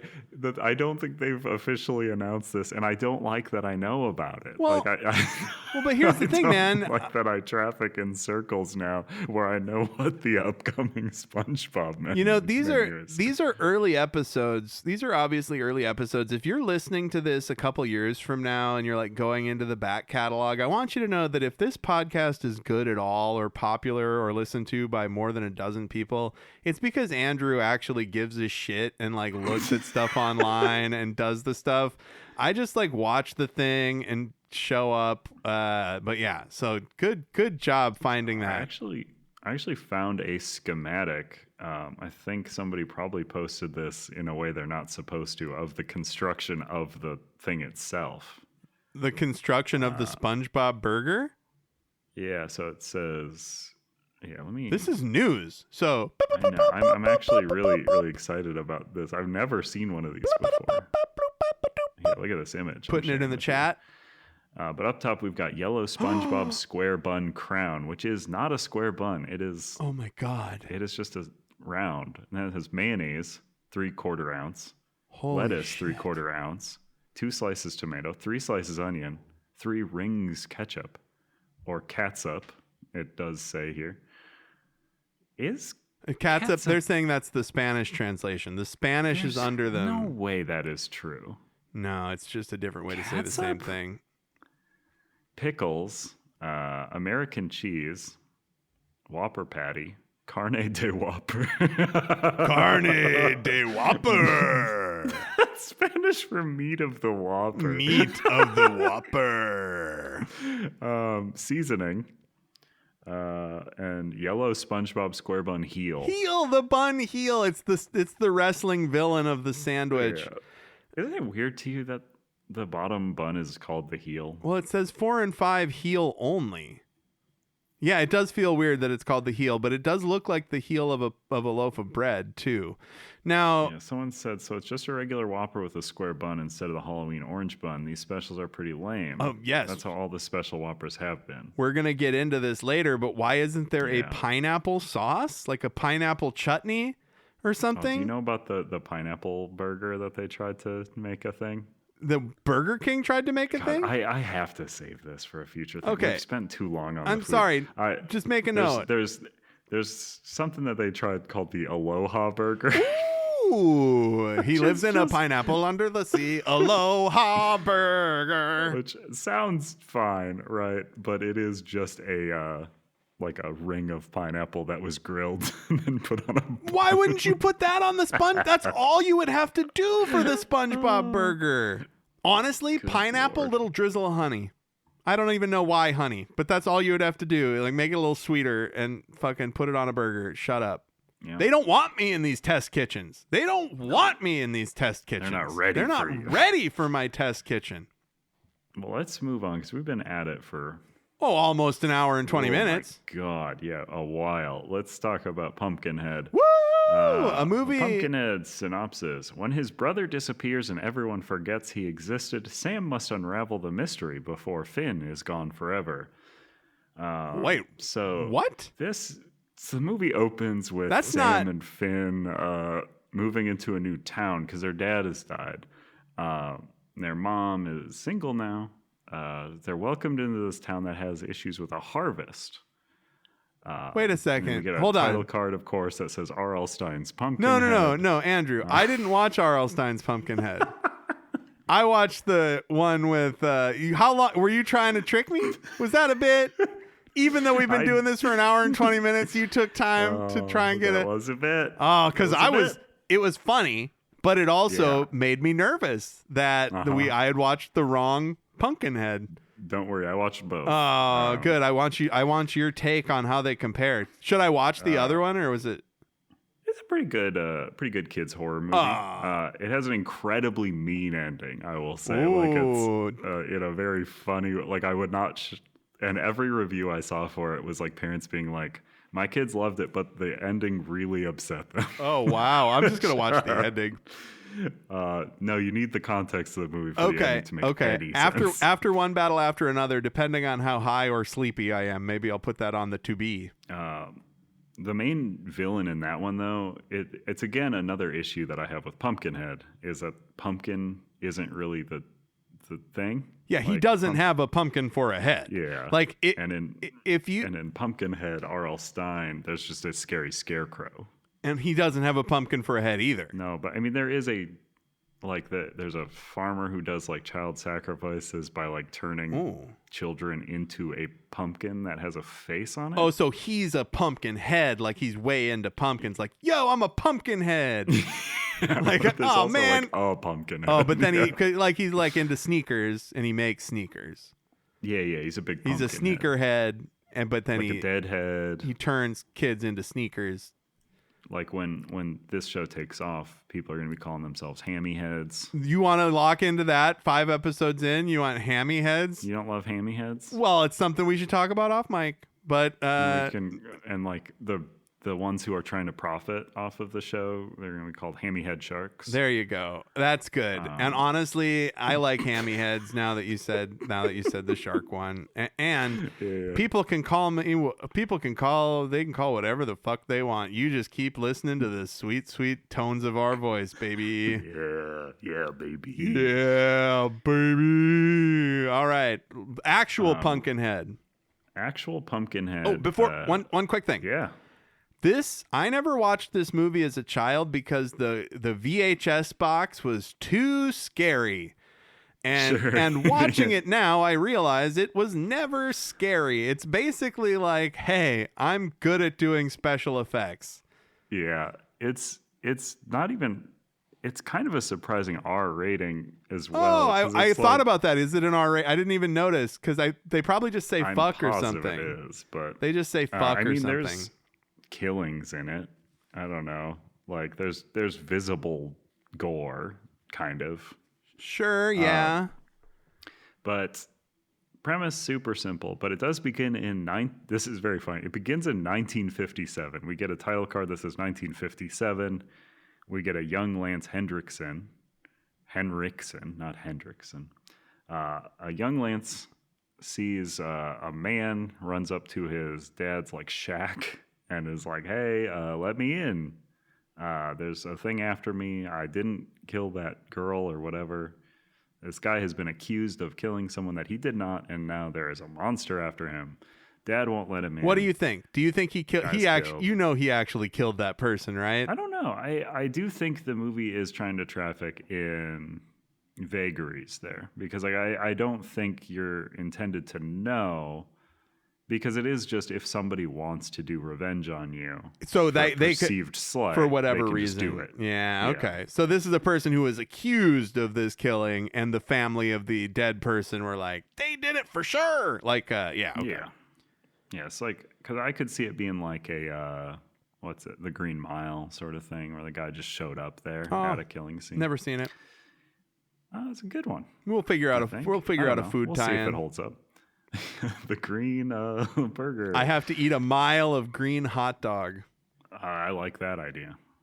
Only you, though. I don't want to do that. But so 1957, this happens, and then we jump to present. And then we're which is very funny as just a concept. Like, no one's going to watch this movie ever again. So it can just say present. Like, you're watching it in that moment, and there you go. Because otherwise, we jump from 1957 to like present day, 1988, like 90-year-old Lance Henriksen or whatever. But because 1988, present day, 2025. Yes. They're all in the past. It's just so weird to not have a title card again, to just be like, this is, or like, I don't know, man, 20 years later or something, you know, some indicator that sets it in a time. Yeah, you really hit on the one thing that stands out about this movie. Yeah. You could have figured. I mean, and then where Lance Henriksen now has a boy of his own. Aw, nothing's going to happen to him. He loves his boy. He lives with just himself and his boy. And a dog, a very ishy dog. An ishy dog that has a name that you've spoken on several episodes that we shouldn't any longer. What's its name? Oh, Gypsy. Yeah. No. Romani, the dog's name. Yes. Romani now. But the boy loves his dog. He loves his dad. They're such a loving family. The boy's got glasses. Have I said gypsy in a non-woke way in the past? You've said it in every single episode. No, but I obviously must couch it in. I know this isn't the thing you're supposed to say. I think you've said that every time. Good. Okay, well, yeah. And I'm talking about it in the context of the time the thing was made, but good note. Yeah. Good note. I also will note this movie is a brisk 86 minutes Love it. long, and it opens with 4 minutes of credits. I saw that, and it's just a fire in the... It's just fire. I love that running time. I watched that movie Good Boy, which is kind of like, meh, it's fine. We could do a tie-in with dog food for that one, actually. Yeah, I've got experience with it. But it was 73 minutes long, like we said in the last one. Anyway, I'm not going to talk about the same thing again. But yeah, so he's playing catch with the boy. They love each other. They run One of the store. weirdest lines. He was washing up after playing ball, right? And he's like, Lance Henriksen is washing his son's hands. Mm-hmm. It's a little weird to me. Whatever, they're father and son. I don't know, but he's washing his hands. He's like, yeah, I remember when I was a kid and my grandma used to wash my hands. And her skin was so thin because she was so old, and it felt so good. I thought, did he say it felt good? I thought he said it felt like paper. Like, I thought it was just a sense memory. No, he said her skin was so thin like paper. It felt so good. Ew. And he's like, I just hope that you get to experience my old papery hands someday, you little fucking creep. But unfortunately, that boy will never experience Lance's terrible old papery hands. Got bumped by a dirt bike. Bumped by a dirt bike to death. Some nasty teens show up at the feed store that they work at, and Lance is out delivering some feed, and these Riley teens are doing dirt bike tricks. The dog runs out. One of them kills the boy's running after the dog. Really quick, I have to say that I did a Does the Dog Die on this because I saw the dog immediately and went, okay, does the dog die? Maybe I'll get theme music for a Does the Dog Die segment. Does the dog die? And it says, the dog Gypsy survives. And there you go. But a child is murdered seconds later. Yeah. So you might want to worry about that too. Yeah, the child gets hit by a dirt bike doing a cool jump. And it really doesn't look like it could possibly... Like, that kid was fragile. No. Talk about skin break his leg or something. Talk about skin like paper, dude. That kid's got some pretty thin skin to get taken out by such a weak move. It's really weird because the description of, like, the movie, too, calls it a hit and run, which the teens, like, do... They do run. Mostly leave. Many like, of them hit sticks around. And run. And then the kid who hits him and caused the injuries, Also, the dad doesn't take him to a hospital. He just takes him home and watches him die. Well, like a really weird. Yeah, and he says, "Daddy," and then he dies. I need to mention this group of teens. It's a caravan of teens or early 20s people who are going to, like, one of them's a photographer who's going to take pictures of them on their dirt bikes. They get to this. So good at dirt bike tricks. They get to this corner store. They park there. They kind of rile up the dog, their dicks or whatever. And then the one kid, the guy with the leather jacket, who's like one of the probably the most famous person in this, other than Lance Henriksen, who had like a future career. This guy did. He just goes like, "Fuck, I can't wait," and he just gets on his dirt bike and just starts tear-assing around this property that's owned by the store. And they're just going to leave their cars there and ride their dirt bikes around. And this was produced by Dino De Laurentiis and directed by Stan Winston. So you know it's going to be creepy. Yeah. And it's inspired by a poem. Did you see that? I didn't see that. It was written by such and such, inspired by a poem by Ed Justin. And it's just a poem about Pumpkinhead that I'll read at the end. You are wrong, though, because arguably the most famous person in the movie isn't even Lance Henriksen. Oh, who are you talking about? Mayim Bialik. Excuse me? Hold on. Mayim Bialik, former co-host of Jeopardy? Uh-huh. She's in this movie? She's one of the dirty children.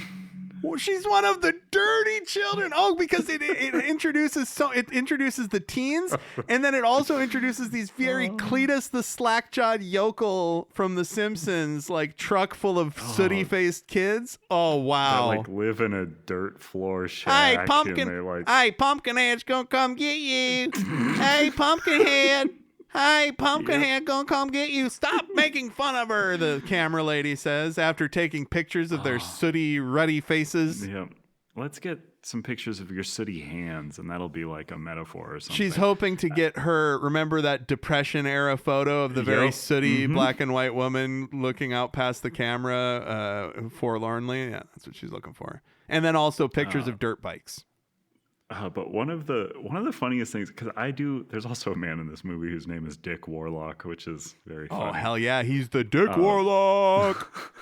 But it's very funny how, like, nice the teens are, because, like, one of them bullies the kid for like a sentence, and the worst he says is, out of earshot of the kid, he sees the kid and he says, "Whoa, that kid's got glasses. Talk about Coke bottles." Yes! And don't make fun of him. And all of them are like, "Don't say that." And they just, like, give him the cold shoulder in a way that I was just like, they're so mean to their friend. He just said, "Oh." There's just such a difference between the guy with the leather jacket, the true villain, and everybody else in that group.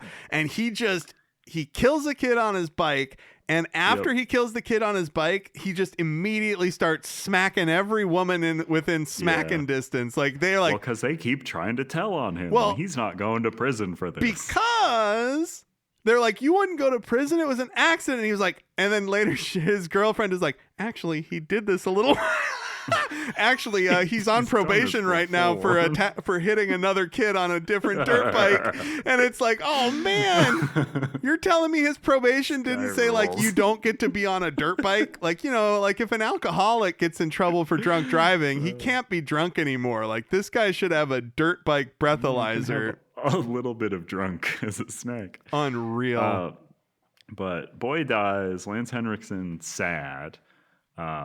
So he has that memory of the Pumpkinhead from his youth, and he goes to the dirt shack house because he's like, where that lady who summons the Pumpkinhead that kid is, who right? shows him is such a great actor. He's probably gives the best performance. He looks like NoHo really Hank. Good. He looks like, I know he's, yes, he does. I know he's too old. He's too young. He'd be too old now to be that actor. But dude, I was like, if this was 1996, I'd be like, oh, this is that actor's first movie, right? Like, it looks exactly like NoHo Hank. Yeah, he's really good in that too. Like, a good character. Well, plus the old man, his dad or whatever, the dirt farming dad, he's the drifter from They Live. Like, I was like, I recognize that motherfucker. And dude, he's the fucking traitor from They Live. Yes, yeah, he's the guy who he sells him out. Oh, dude, he's the one that they think is an alien. He's just like, nah, man, I'm doing this because I want to live. He's the one that explains everything to him at the end. What a crazy ending They Live. It's such a bummer. Name is Buck Flower. Buck Flower, yes. I love him. He's great. And he's good in this. Ed Harley is Lance's name. Goes to the dirt farmhouse where they're farming dirt. Talk to Buck Flower, who's like, no, you don't actually want to do that. It's really bad. It's the best way to send your son to hell. And here's soul to hell as well. Yeah. It does suck too, because your son's already dead. How you be sending him to hell? And also he's already gone where he's gonna go. Also, like, I don't know, man. It feels like as soon as he finds out that he can't resurrect his son, like, it should be like, oh, well, you can't resurrect him. That's kind of what I wanted. So I'm just not going to do anything. He says he wants revenge, basically. Eventually, she has to, like, coax it out of him. She basically tricks him into she coaxes him into wanting revenge because she wants to release the Pumpkinhead. She fucking gets off on it. Yeah, her name is Haggis, by the way. Oh, like a terrible dish I'll never... I'm too scared to eat. Yeah, they're like, go talk to Haggis. Because the dad won't tell him. Like, no, I'm not going to tell you. And then the son's like, hey, I'll tell you. For $10. Give me $20. $10. Give me $10. I'll ride with you halfway. He goes to Haggis. She's like, hey, I can't bring your son back, but I can kill those teens. I think he just wants to kill the teens, I thought. Yeah, I don't know, man. I thought that he walked in there going, we're going to resurrect my boy. And then when she says, I can't do that, but what do you really want? And he's like, I guess I want revenge. It's like, no, you don't. You would have taken your resurrected boy and not killed those teens. Like, if you had the option of resurrecting the boy and not killing all the teens. You are right.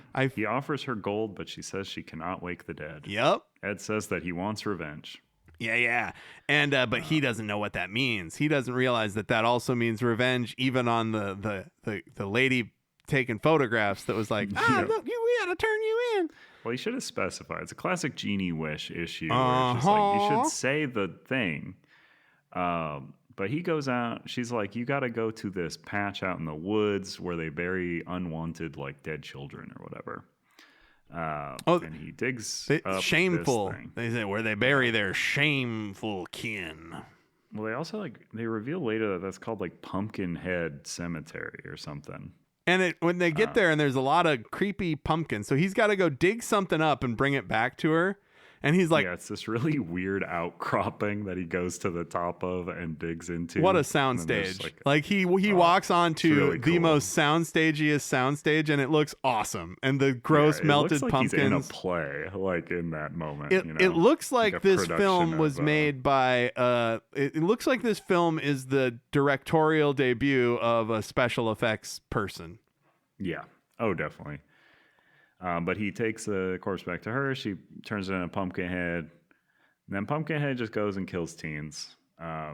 Pretty boilerplate. I'm kind of glazing over it because there's like very few cool kills. He's got one move. What's the Pumpkinhead one move? Do you know what I'm talking about?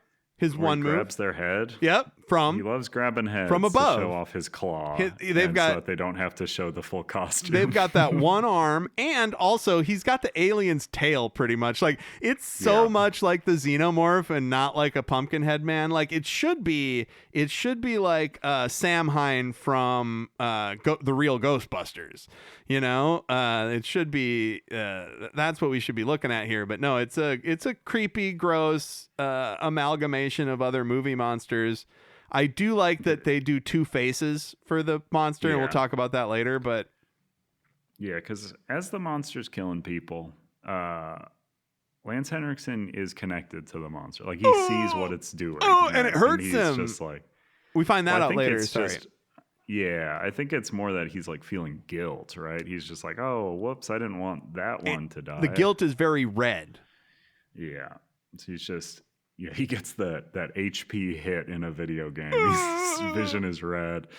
But he's like, I didn't want to watch it happen. This sucks. And so eventually he like. Oh, so you think goes to that's try why he and stop changes? Pumpkinhead. Wait a second. I'm sorry to talk over you, but you think that's why he Yeah. changes his mind? He's just like, I don't like this. You think that if he wasn't connected to Pumpkinhead and feeling that guilt, he just wouldn't think about it again and let the teens get killed? I think so. Wow. Yeah. Because I mean, oh, I think that it makes is so like much sense. That's some screenwriting shit Yeah. right there, man. That's I good. think it's a classic like revenge tale, you know, like because what's his name's doing it really good now with like Blue Ruin and Green Room and like those movies of just like revenge movies exist, but like when you get revenge, it often involves like you doing violence to somebody, and like violence isn't good. Like it's bad to be doing violence. Well, It it's like feels bad. the It looks bad. Like it's bad. I think like the best movie about that ever is A History of Violence, and how it's just like the violence of his past just cannot be escaped, you know? Yeah. I mean, Blue Ruin does like such a good job of it, of just like wanting to seek revenge, and then you're getting it and you're like, this sucks. I don't like it. I didn't Violence like is the idea bad. of smashing a guy's face with a hammer. Like, I like Yeah, that they've yeah. been hammered, but I didn't like that I did it. Yeah.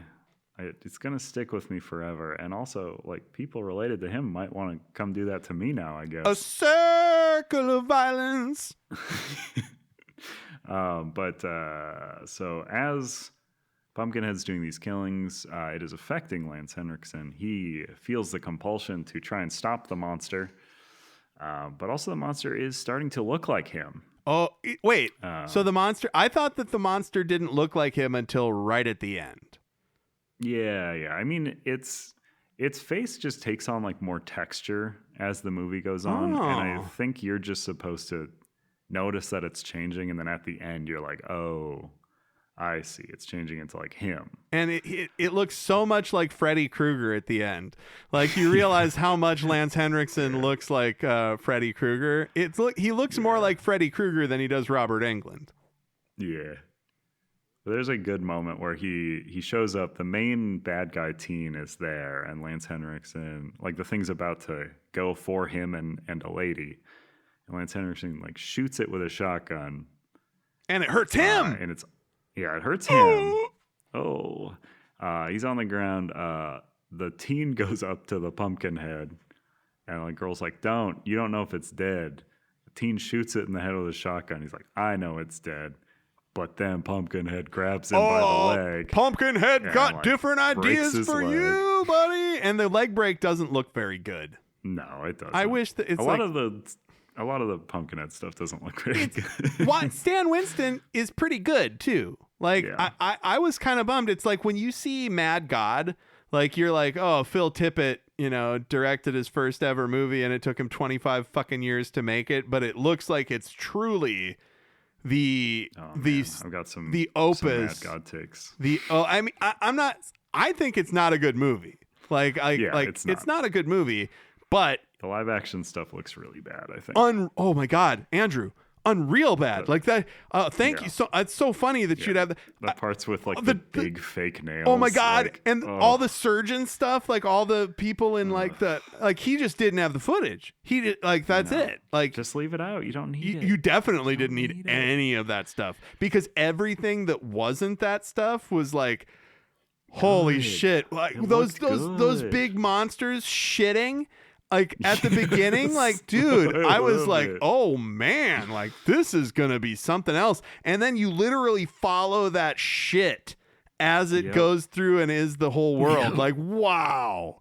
And the person gets in the diving bell or whatever. Like, yeah, but it's what I'm saying is, Stan Winston, this movie doesn't look as good as what I know Stan Winston is capable of doing with special effects. Yeah. Like, he Well, I did. don't think he's a good director. is, like, the Absolutely thing. not. I think he doesn't know how to He's got instruct the actors, and he doesn't know how to light scenes well for his effects. nowadays. I would say he's got Damien Leone syndrome. The Terrifier movies are like, God, can somebody just direct I a hate movie those for him to movies. do the special effects, please? Yeah. Can he just do the special effects for a Friday the 13th reboot where somebody else directs it Yeah. and he just does all of the most heinous Jason kills you've ever fucking seen? Yeah, I could see that. And Wow. someone else writes it. Yeah, I Hollywood would like Hollywood that, too. doesn't want me, dude. It's fucking I'm trying to get in via this podcast, bro. Like they don't want me in there. Sneak in through the window with the fast food podcast. But this is the one good kill in the movie, I thought, is he like does the leg break, which doesn't look very good. But then Pumpkinhead picks up the shotgun. Yes, and stab. And you're like, it's Pumpkin. Is Pumpkinhead gonna blow this guy's brains out? Yeah, he's holding it. He's like looking at it and putting his finger like in the trigger spot. You're like, oh, Pumpkinhead learned how to shoot a gun, and then he stabs him with the gun. I really wish he So would have dumb. shot it. I wish he would have stabbed the gun into his guts and then shot and blown his head off. Like that's Damien Leone's Pumpkinhead. Yeah. But that's, there's more. Lance Henriksen has a flamethrower before or after this. His eyes are all messed up. Oh, yeah. Those contacts look painful, dude. And back in the day, like in the 80s. Of the, like, most effective looking things in the movie, man. Yeah. Yeah, those were big, like, glass pieces or something. Oh, my gosh, if it was dude. the 80s. It drives me nuts because, have you ever read If Chins Could Kill? The Bruce Campbell book about the making of Evil Dead 2 and Army of Darkness. So when Bruce Campbell is playing in Evil Dead 2, remember the first time he transforms into the monster, like he goes face down in a puddle of mud as the sun is rising, and he pops up out of the mud and his face is all like he's the Deadite Ash, and he's got these white eyes. And those are just milky white pieces of glass that he put over his fucking eyeballs. He couldn't see anything. And like you can feel it after you read that stuff when you watch the movie. Like reading that book, like Bruce Campbell's kind of a goofball or whatever, probably a lib, whatever. But like that book, if you read it and then you watch Evil Dead 2 and Evil Dead, you're like, holy fucking shit, dude. What a harrowing, just an uncomfortable, harrowing experience for that guy. And Sam Raimi's just laughing, laughing, dude. Dirtbag. Like, I love it. It's so good. It's good. But Lance Henriksen's like, oh, when it hurts. Yeah, Pumpkinhead's going after the most innocent of all, the photographer, I think. Yeah, and then he gets stabbed in the stomach with a pitchfork, and Pumpkinhead feels it. Yeah, so he's like, oh, it when works I get both hurt, ways. it feels it. Yeah, so then he's like, I'm going to shoot myself in the head, and then I'll kill Pumpkinhead. So Lance Henriksen shoots himself in the head. He's down. Pumpkinhead down. But then Pumpkinhead's like, I'm not actually down. And Lance Henriksen's like, I'm actually not down either. He's trying to reach for the gun. And then the lady either picks it up and shoots him or hands it to him to shoot himself. I don't exactly remember. I just watched it. I watched it literally last night, and I don't remember. It's not a super memorable movie, but it's and that's kind of the end to Pumpkinhead. And thus, Haggis puts his body in the. That's in pretty the grave. good. She's like, I'll put you away for a future Pumpkinheading. And I like that when Lance Henriksen's kid says "Daddy," and then you can see the life escape his body, right? And there's a really good shot of like the sunlight trickling in. Like that's the way to, like, the photographer on this movie was like, this guy's not giving me fucking anything, dude. All right, so let's have the light coming in, and that shot looks like it's from a different movie. It looks like it's from an Amblin fucking film, right? But as soon as the kid dies, you see Lance Henriksen's got Pumpkinhead summoning face immediately. He's like, that's it. Pumpkinhead's coming out. So that's Pumpkinhead, classic 80s monster slasher. Stan Winston went on to direct a gnome named Gnorm. I got what you did there. No silence cutting needed. That is how it's pronounced in the thing. Wait, in the movie they pronounce it. He's the gnome named Gnorm. Yeah, oh, that's the joke. Is that a CG thing? No, it is a special effects gnome. Oh, what year is that from? Also the 80s. It's written by the guys who wrote the Super Mario Brothers movie. Oh, the Super Mario Brothers movie, 87. Yeah. Yeah. They don't know what they're doing. Named Norm. It's called No Name Norm, but it is pronounced, or it's also called Upworld. Classic 80s. Multi-name. You know, it stars Anthony Michael Hall. Oh, did you? He's terrible in the Halloween movies. Did you see? Fuck, never mind. Anthony, you saying Anthony Michael Hall threw me off because I immediately thought of Evil Dies Tonight. Have you seen Halloween? Halloween 2, Halloween Kills, Halloween Kills Again, Halloween More Kills. I don't remember which Halloweens I've They're seen. the newest I've seen the ones. one that's not a Halloween. I saw the first one of those. Yeah, there's two. The first one is the only one that's pretty good, and the other two are actually quite. I just can't fucking believe that's what they did. It's wild. But yeah, Pumpkinhead, good stuff. I was always too scared to watch it when I was a kid. I'm just looking at my notes here. Really quick, before we move on from Pumpkinhead, I want to read the poem Pumpkinhead by Ed Justin. Keep away. Keep away from Pumpkinhead unless you're tired of living. His enemies are mostly dead. He's mean and unforgiving. Laugh at him and you're undone, but in some dreadful fashion. Vengeance he considers fun and plans it with a passion. Time will not erase or blot a plot that he has brewing. It's when you think that he's forgot, he'll conjure your undoing. Bolted doors and windows barred. Guard dogs prowling in the yard won't protect you in your bed. Nothing will from Pumpkinhead. And they do say some of that poem in the thing. Now, I couldn't figure out, because I didn't Google it more, if Ed Justin is a poet who wrote this poem and it was like in a journal of poetry or something, or in a book of children's poems and they took it from that, or if Ed Justin is a buddy of Stan Winston's who wrote this creepy poem and they used it as like the basis for the script. Yeah, I mean, that was a good poem. Time will not erase or blot. Oh, that's all I want time to do. I want time to both erase and blot, and that's fucking it. Yeah, Pumpkinhead is such a, I don't know. It's an evocative phrase, I suppose, but it's weird that it has spawned multiple. Not scary at all. Things. I would never be scared of a Pumpkinhead. No. It should be called the Vengeance Ghoul. Also, you know what? School is pretty good. You know what? Again, this is another Hollywood doesn't want me thing, but I was thinking when I was watching this movie, what if they made a horror movie about grief? Have they not? No, that's the joke. The joke is literally every horror movie made. The Babadook. What if it's kind of like, what if we were sad? When I was watching Frankenstein, I was like, so you're telling me man is the monster? I'd never thought of it that way. Yeah.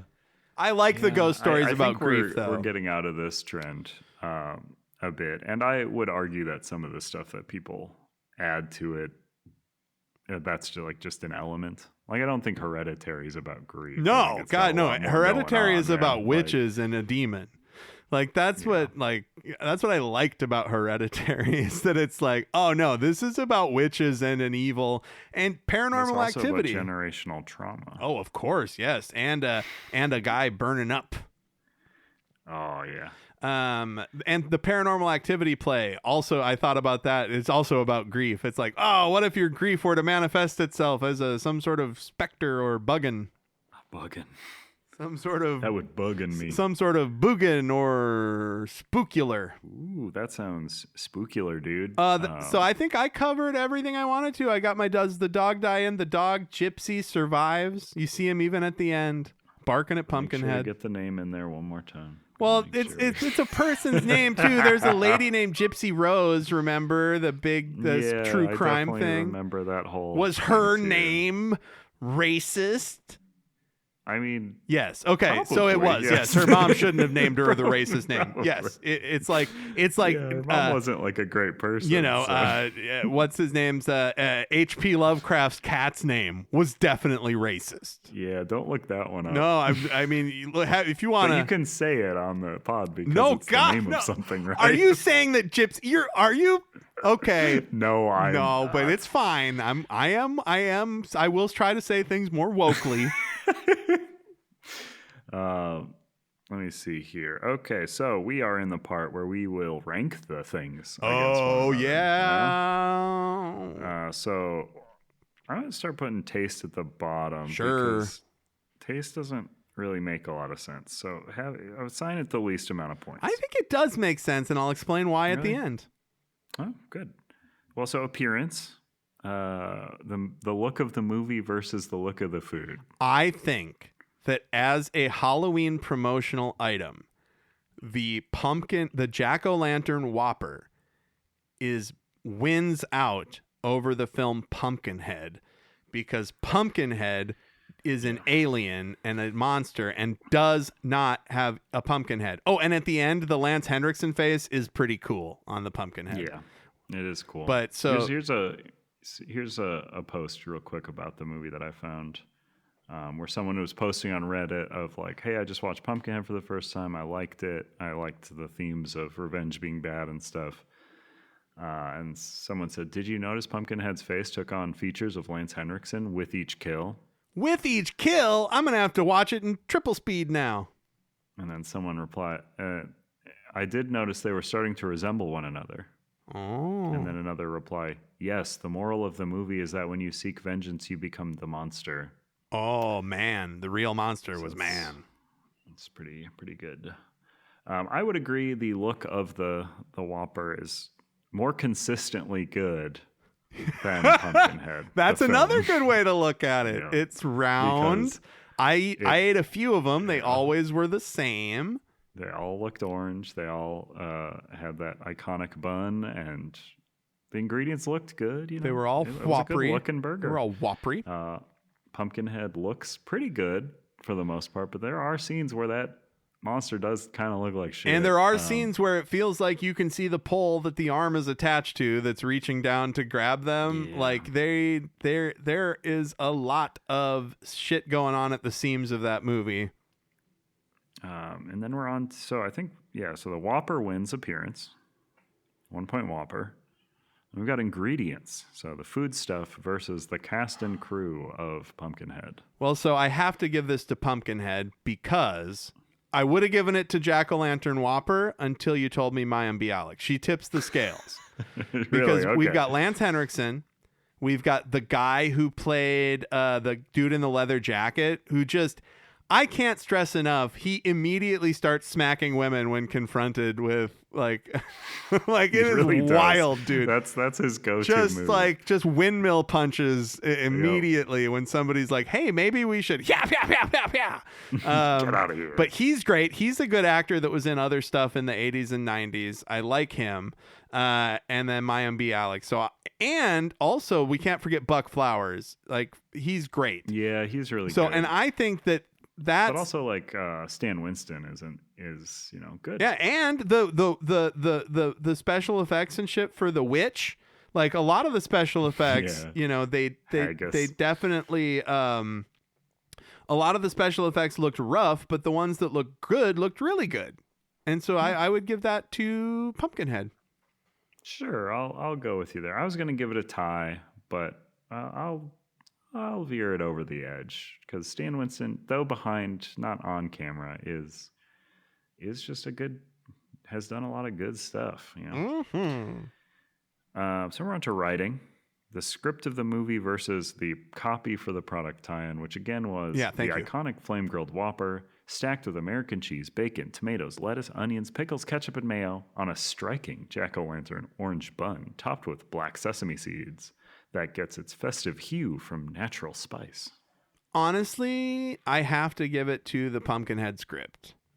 It's great. That guy, that dude is just, the characters are so distilled down to like one emotion that I think that it's pretty interesting, like good horror writing. Like rather than having complex characters, they have one character that represents each emotion or whatever.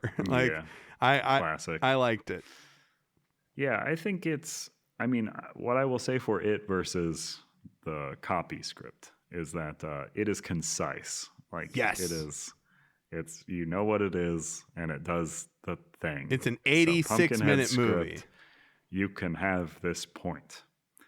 But where I will probably not go with it for a similar reason is in the how did it sit with you department. Did it leave you thinking versus did it leave you pooping?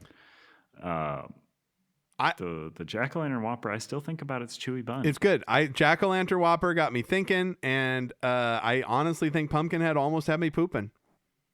Yeah, I mean, the Pumpkinhead I had watched before, and after watching it a second time, like it is an elusive memory movie. Maybe it is very hard for it to stick on the shapes of my brain. You know what? I wouldn't say it didn't have me pooping, but it did have me not thinking. Like I don't think that I'll look back on Pumpkinhead like, oh, when he got stabbed with a pitchfork and Pumpkinhead also got stabbed. I remember that it was yesterday.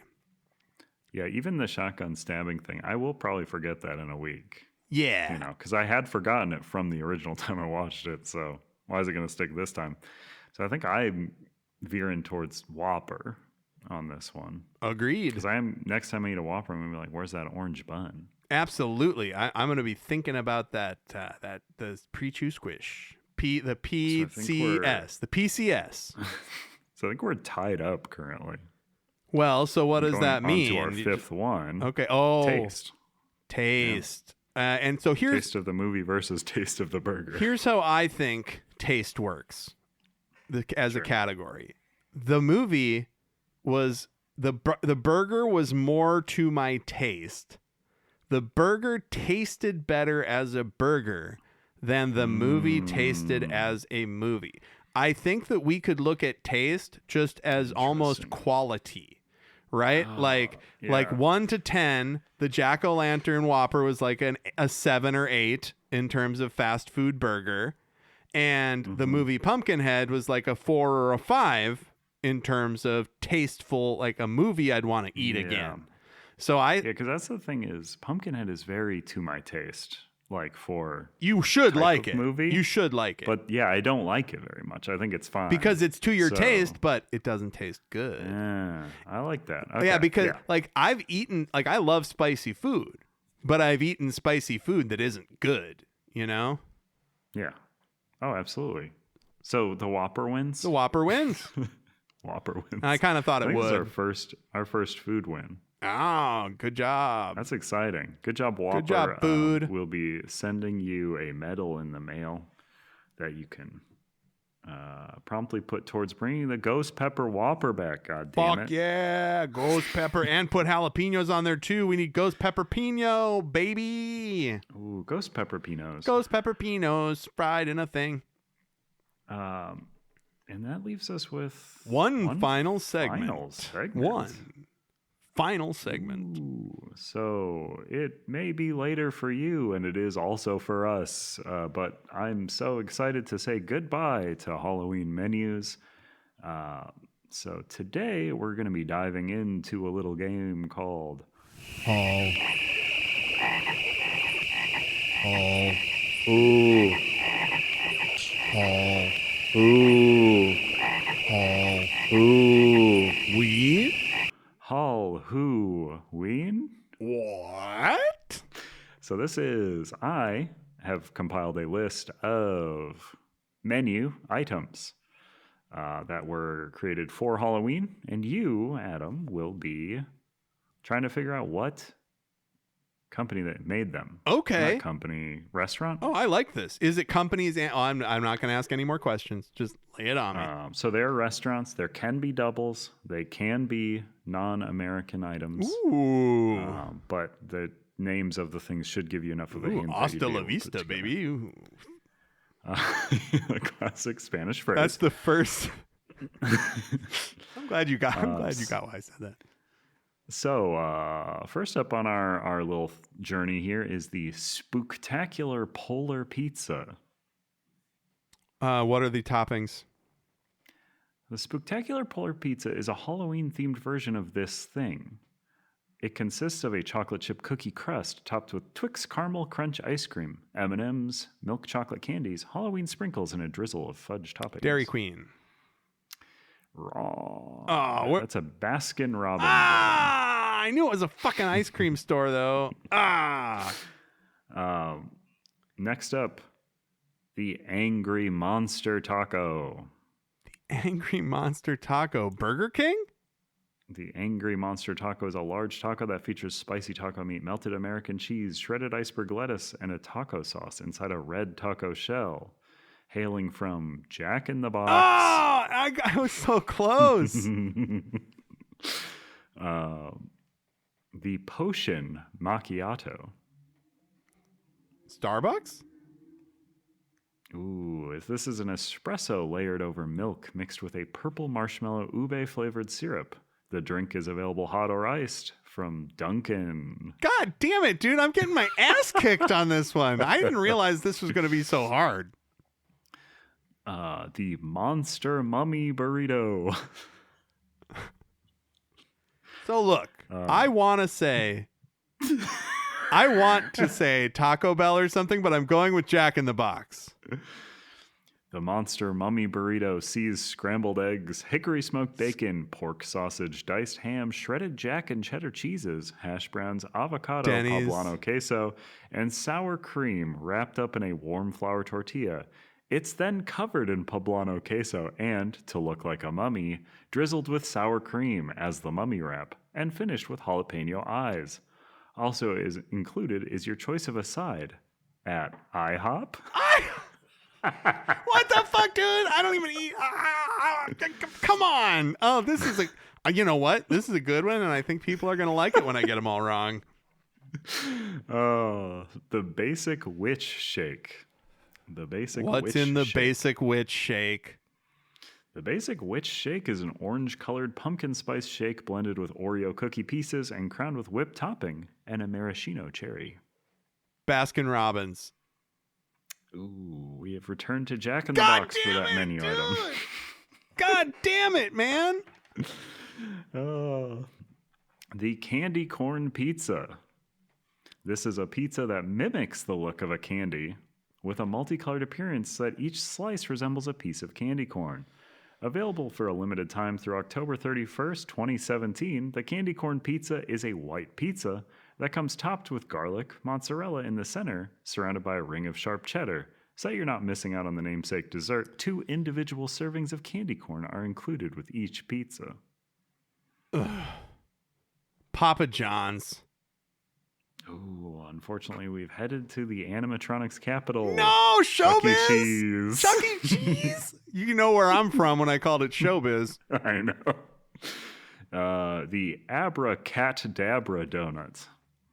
An original glazed donut dipped in chocolate icing and black sanding sugar, decorated like a cat with icing and sugar fondant eyes. I believe I've had this at Dunkin'. I think you might have had it at Krispy Kreme. All right, okay. How many more? 20? How many more of these? How many more do I get? Are you keeping track of how many I get? Well, you just need to know how many you've asked. And then you know how many I've gotten wrong. Okay, good. I think 5 points gets you the win, though. So if you're perfect, I want everybody to know that I could be very quickly Googling these and like splitting the difference and getting a couple wrong, and I am not. So lay it on me, buddy. Yeah.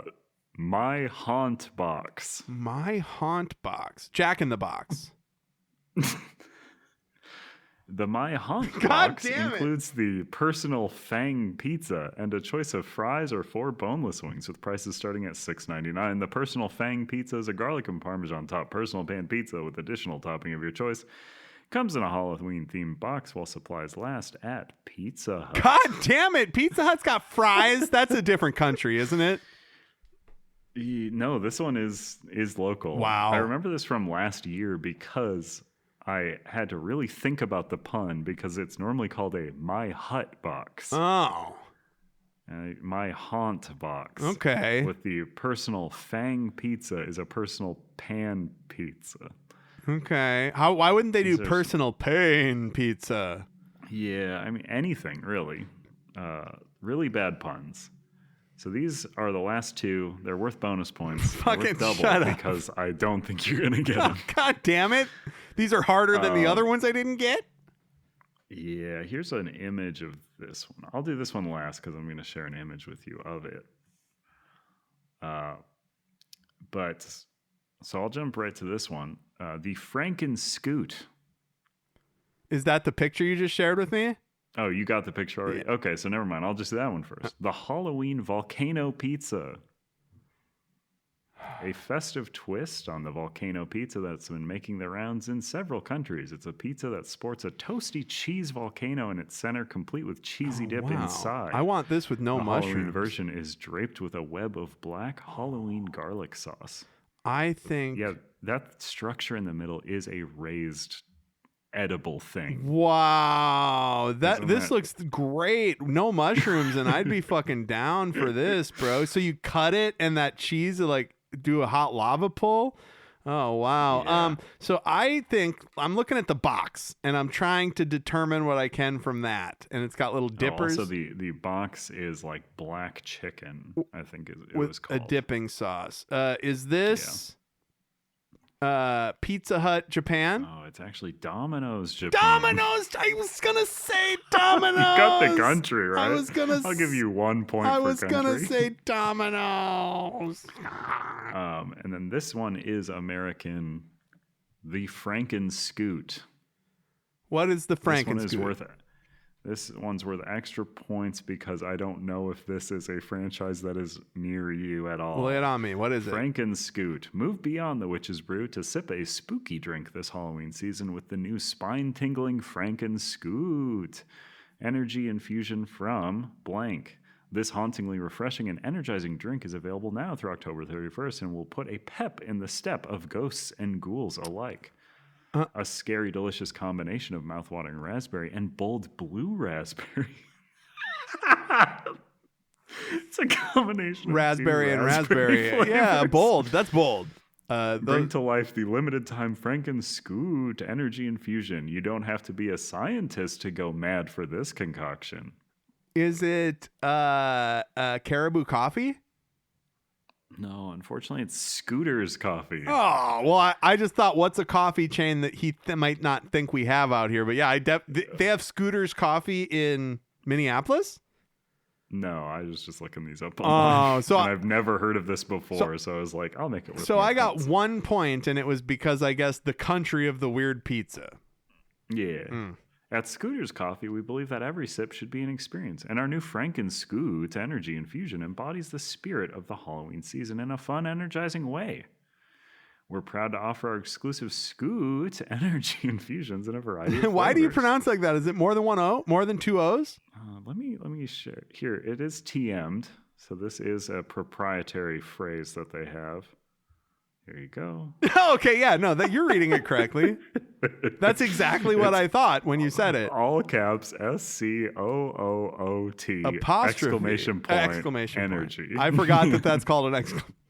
I thought that was an apostrophe. That's a bit of a. I fumbled on that one. Here's the end of their copy. Pair the new Franken Scoot energy infusion with Scooter's Coffee sweet cold foam and enjoy it with a pumpkin caramelicious muffin to make your day Jesus end. Christ, you're gonna blast fucking into the caramel shit, ground. dude. I'm sorry, I died of caramel shits. Yeah, I had a heart attack immediately. They put me in the ground and I filled the grave up myself with diarrhea. I was the first person to ever shit his own heart. It's fucking crazy. They named it after me. It's called an Yeah, atom. when they did the autopsy, it was empty. There wasn't anything it's just left. like a bone. It was even some. It was only a few bones. It was like this That isn't was even like all the that bones. empty- This It was isn't even. like that empty robe Adam was talking about. Yes, before. from Paranormal Activity, the new live theater experience. I think that about That wraps it That's up. the game. You did not win. No. I mean, I think unbeknownst whether or to not you. I win or lose, the people that win are the listeners, and that's the way I've always looked at it, Andrew. For the entire lifetime of this podcast, I've thought no matter what happens in these games, as long as we give these people with their pathetic little lives out there a little laugh, that's all we can do. I mean, I just want to clarify. My life is also pathetic. Yes, All of ours my are, life in is fact. quite frankly, It's a it's mess. upsetting. It is upsetting. So I put myself in that. That's what I get out of podcasts. I listen to a podcast, and when it's done, I go, "Oh, thanks for enriching my pathetic little life. I'm a worm." Yeah. I can exist while this is on in the background. Absolutely. I don't have to think. Well, if you want to tell us about how and when you listen to this, or if you want to suggest a menu, there are several coming up that we're excited about. But if you want to let us know about any more, you can do that at moviesovermyhammy@gmail.com. Absolutely, you can. And I believe that will be in the stinger as well when I'm like and subscribe while you listen to the theme song. Yes. Yeah, well, thanks for listening, everybody. You can check us out next week with whatever the fuck is next week. Yeah. Some other slop that we're pulling down we can say, and hopefully watching a better thing. We can say for sure that it's not a Halloween thing. Yes. There you go. Absolutely. I'm so happy. I'm about stoked. That. It might be a different Burger King item that features SpongeBob, well, and then I'll be sad again. It might be a recent Paul Thomas Anderson movie. Who fucking knows? Ooh. We'll see. But thanks for listening, gang. And as always, Adam, hit it with that sign off. Keep on hamming on. Yeah. Ham out. Ham out.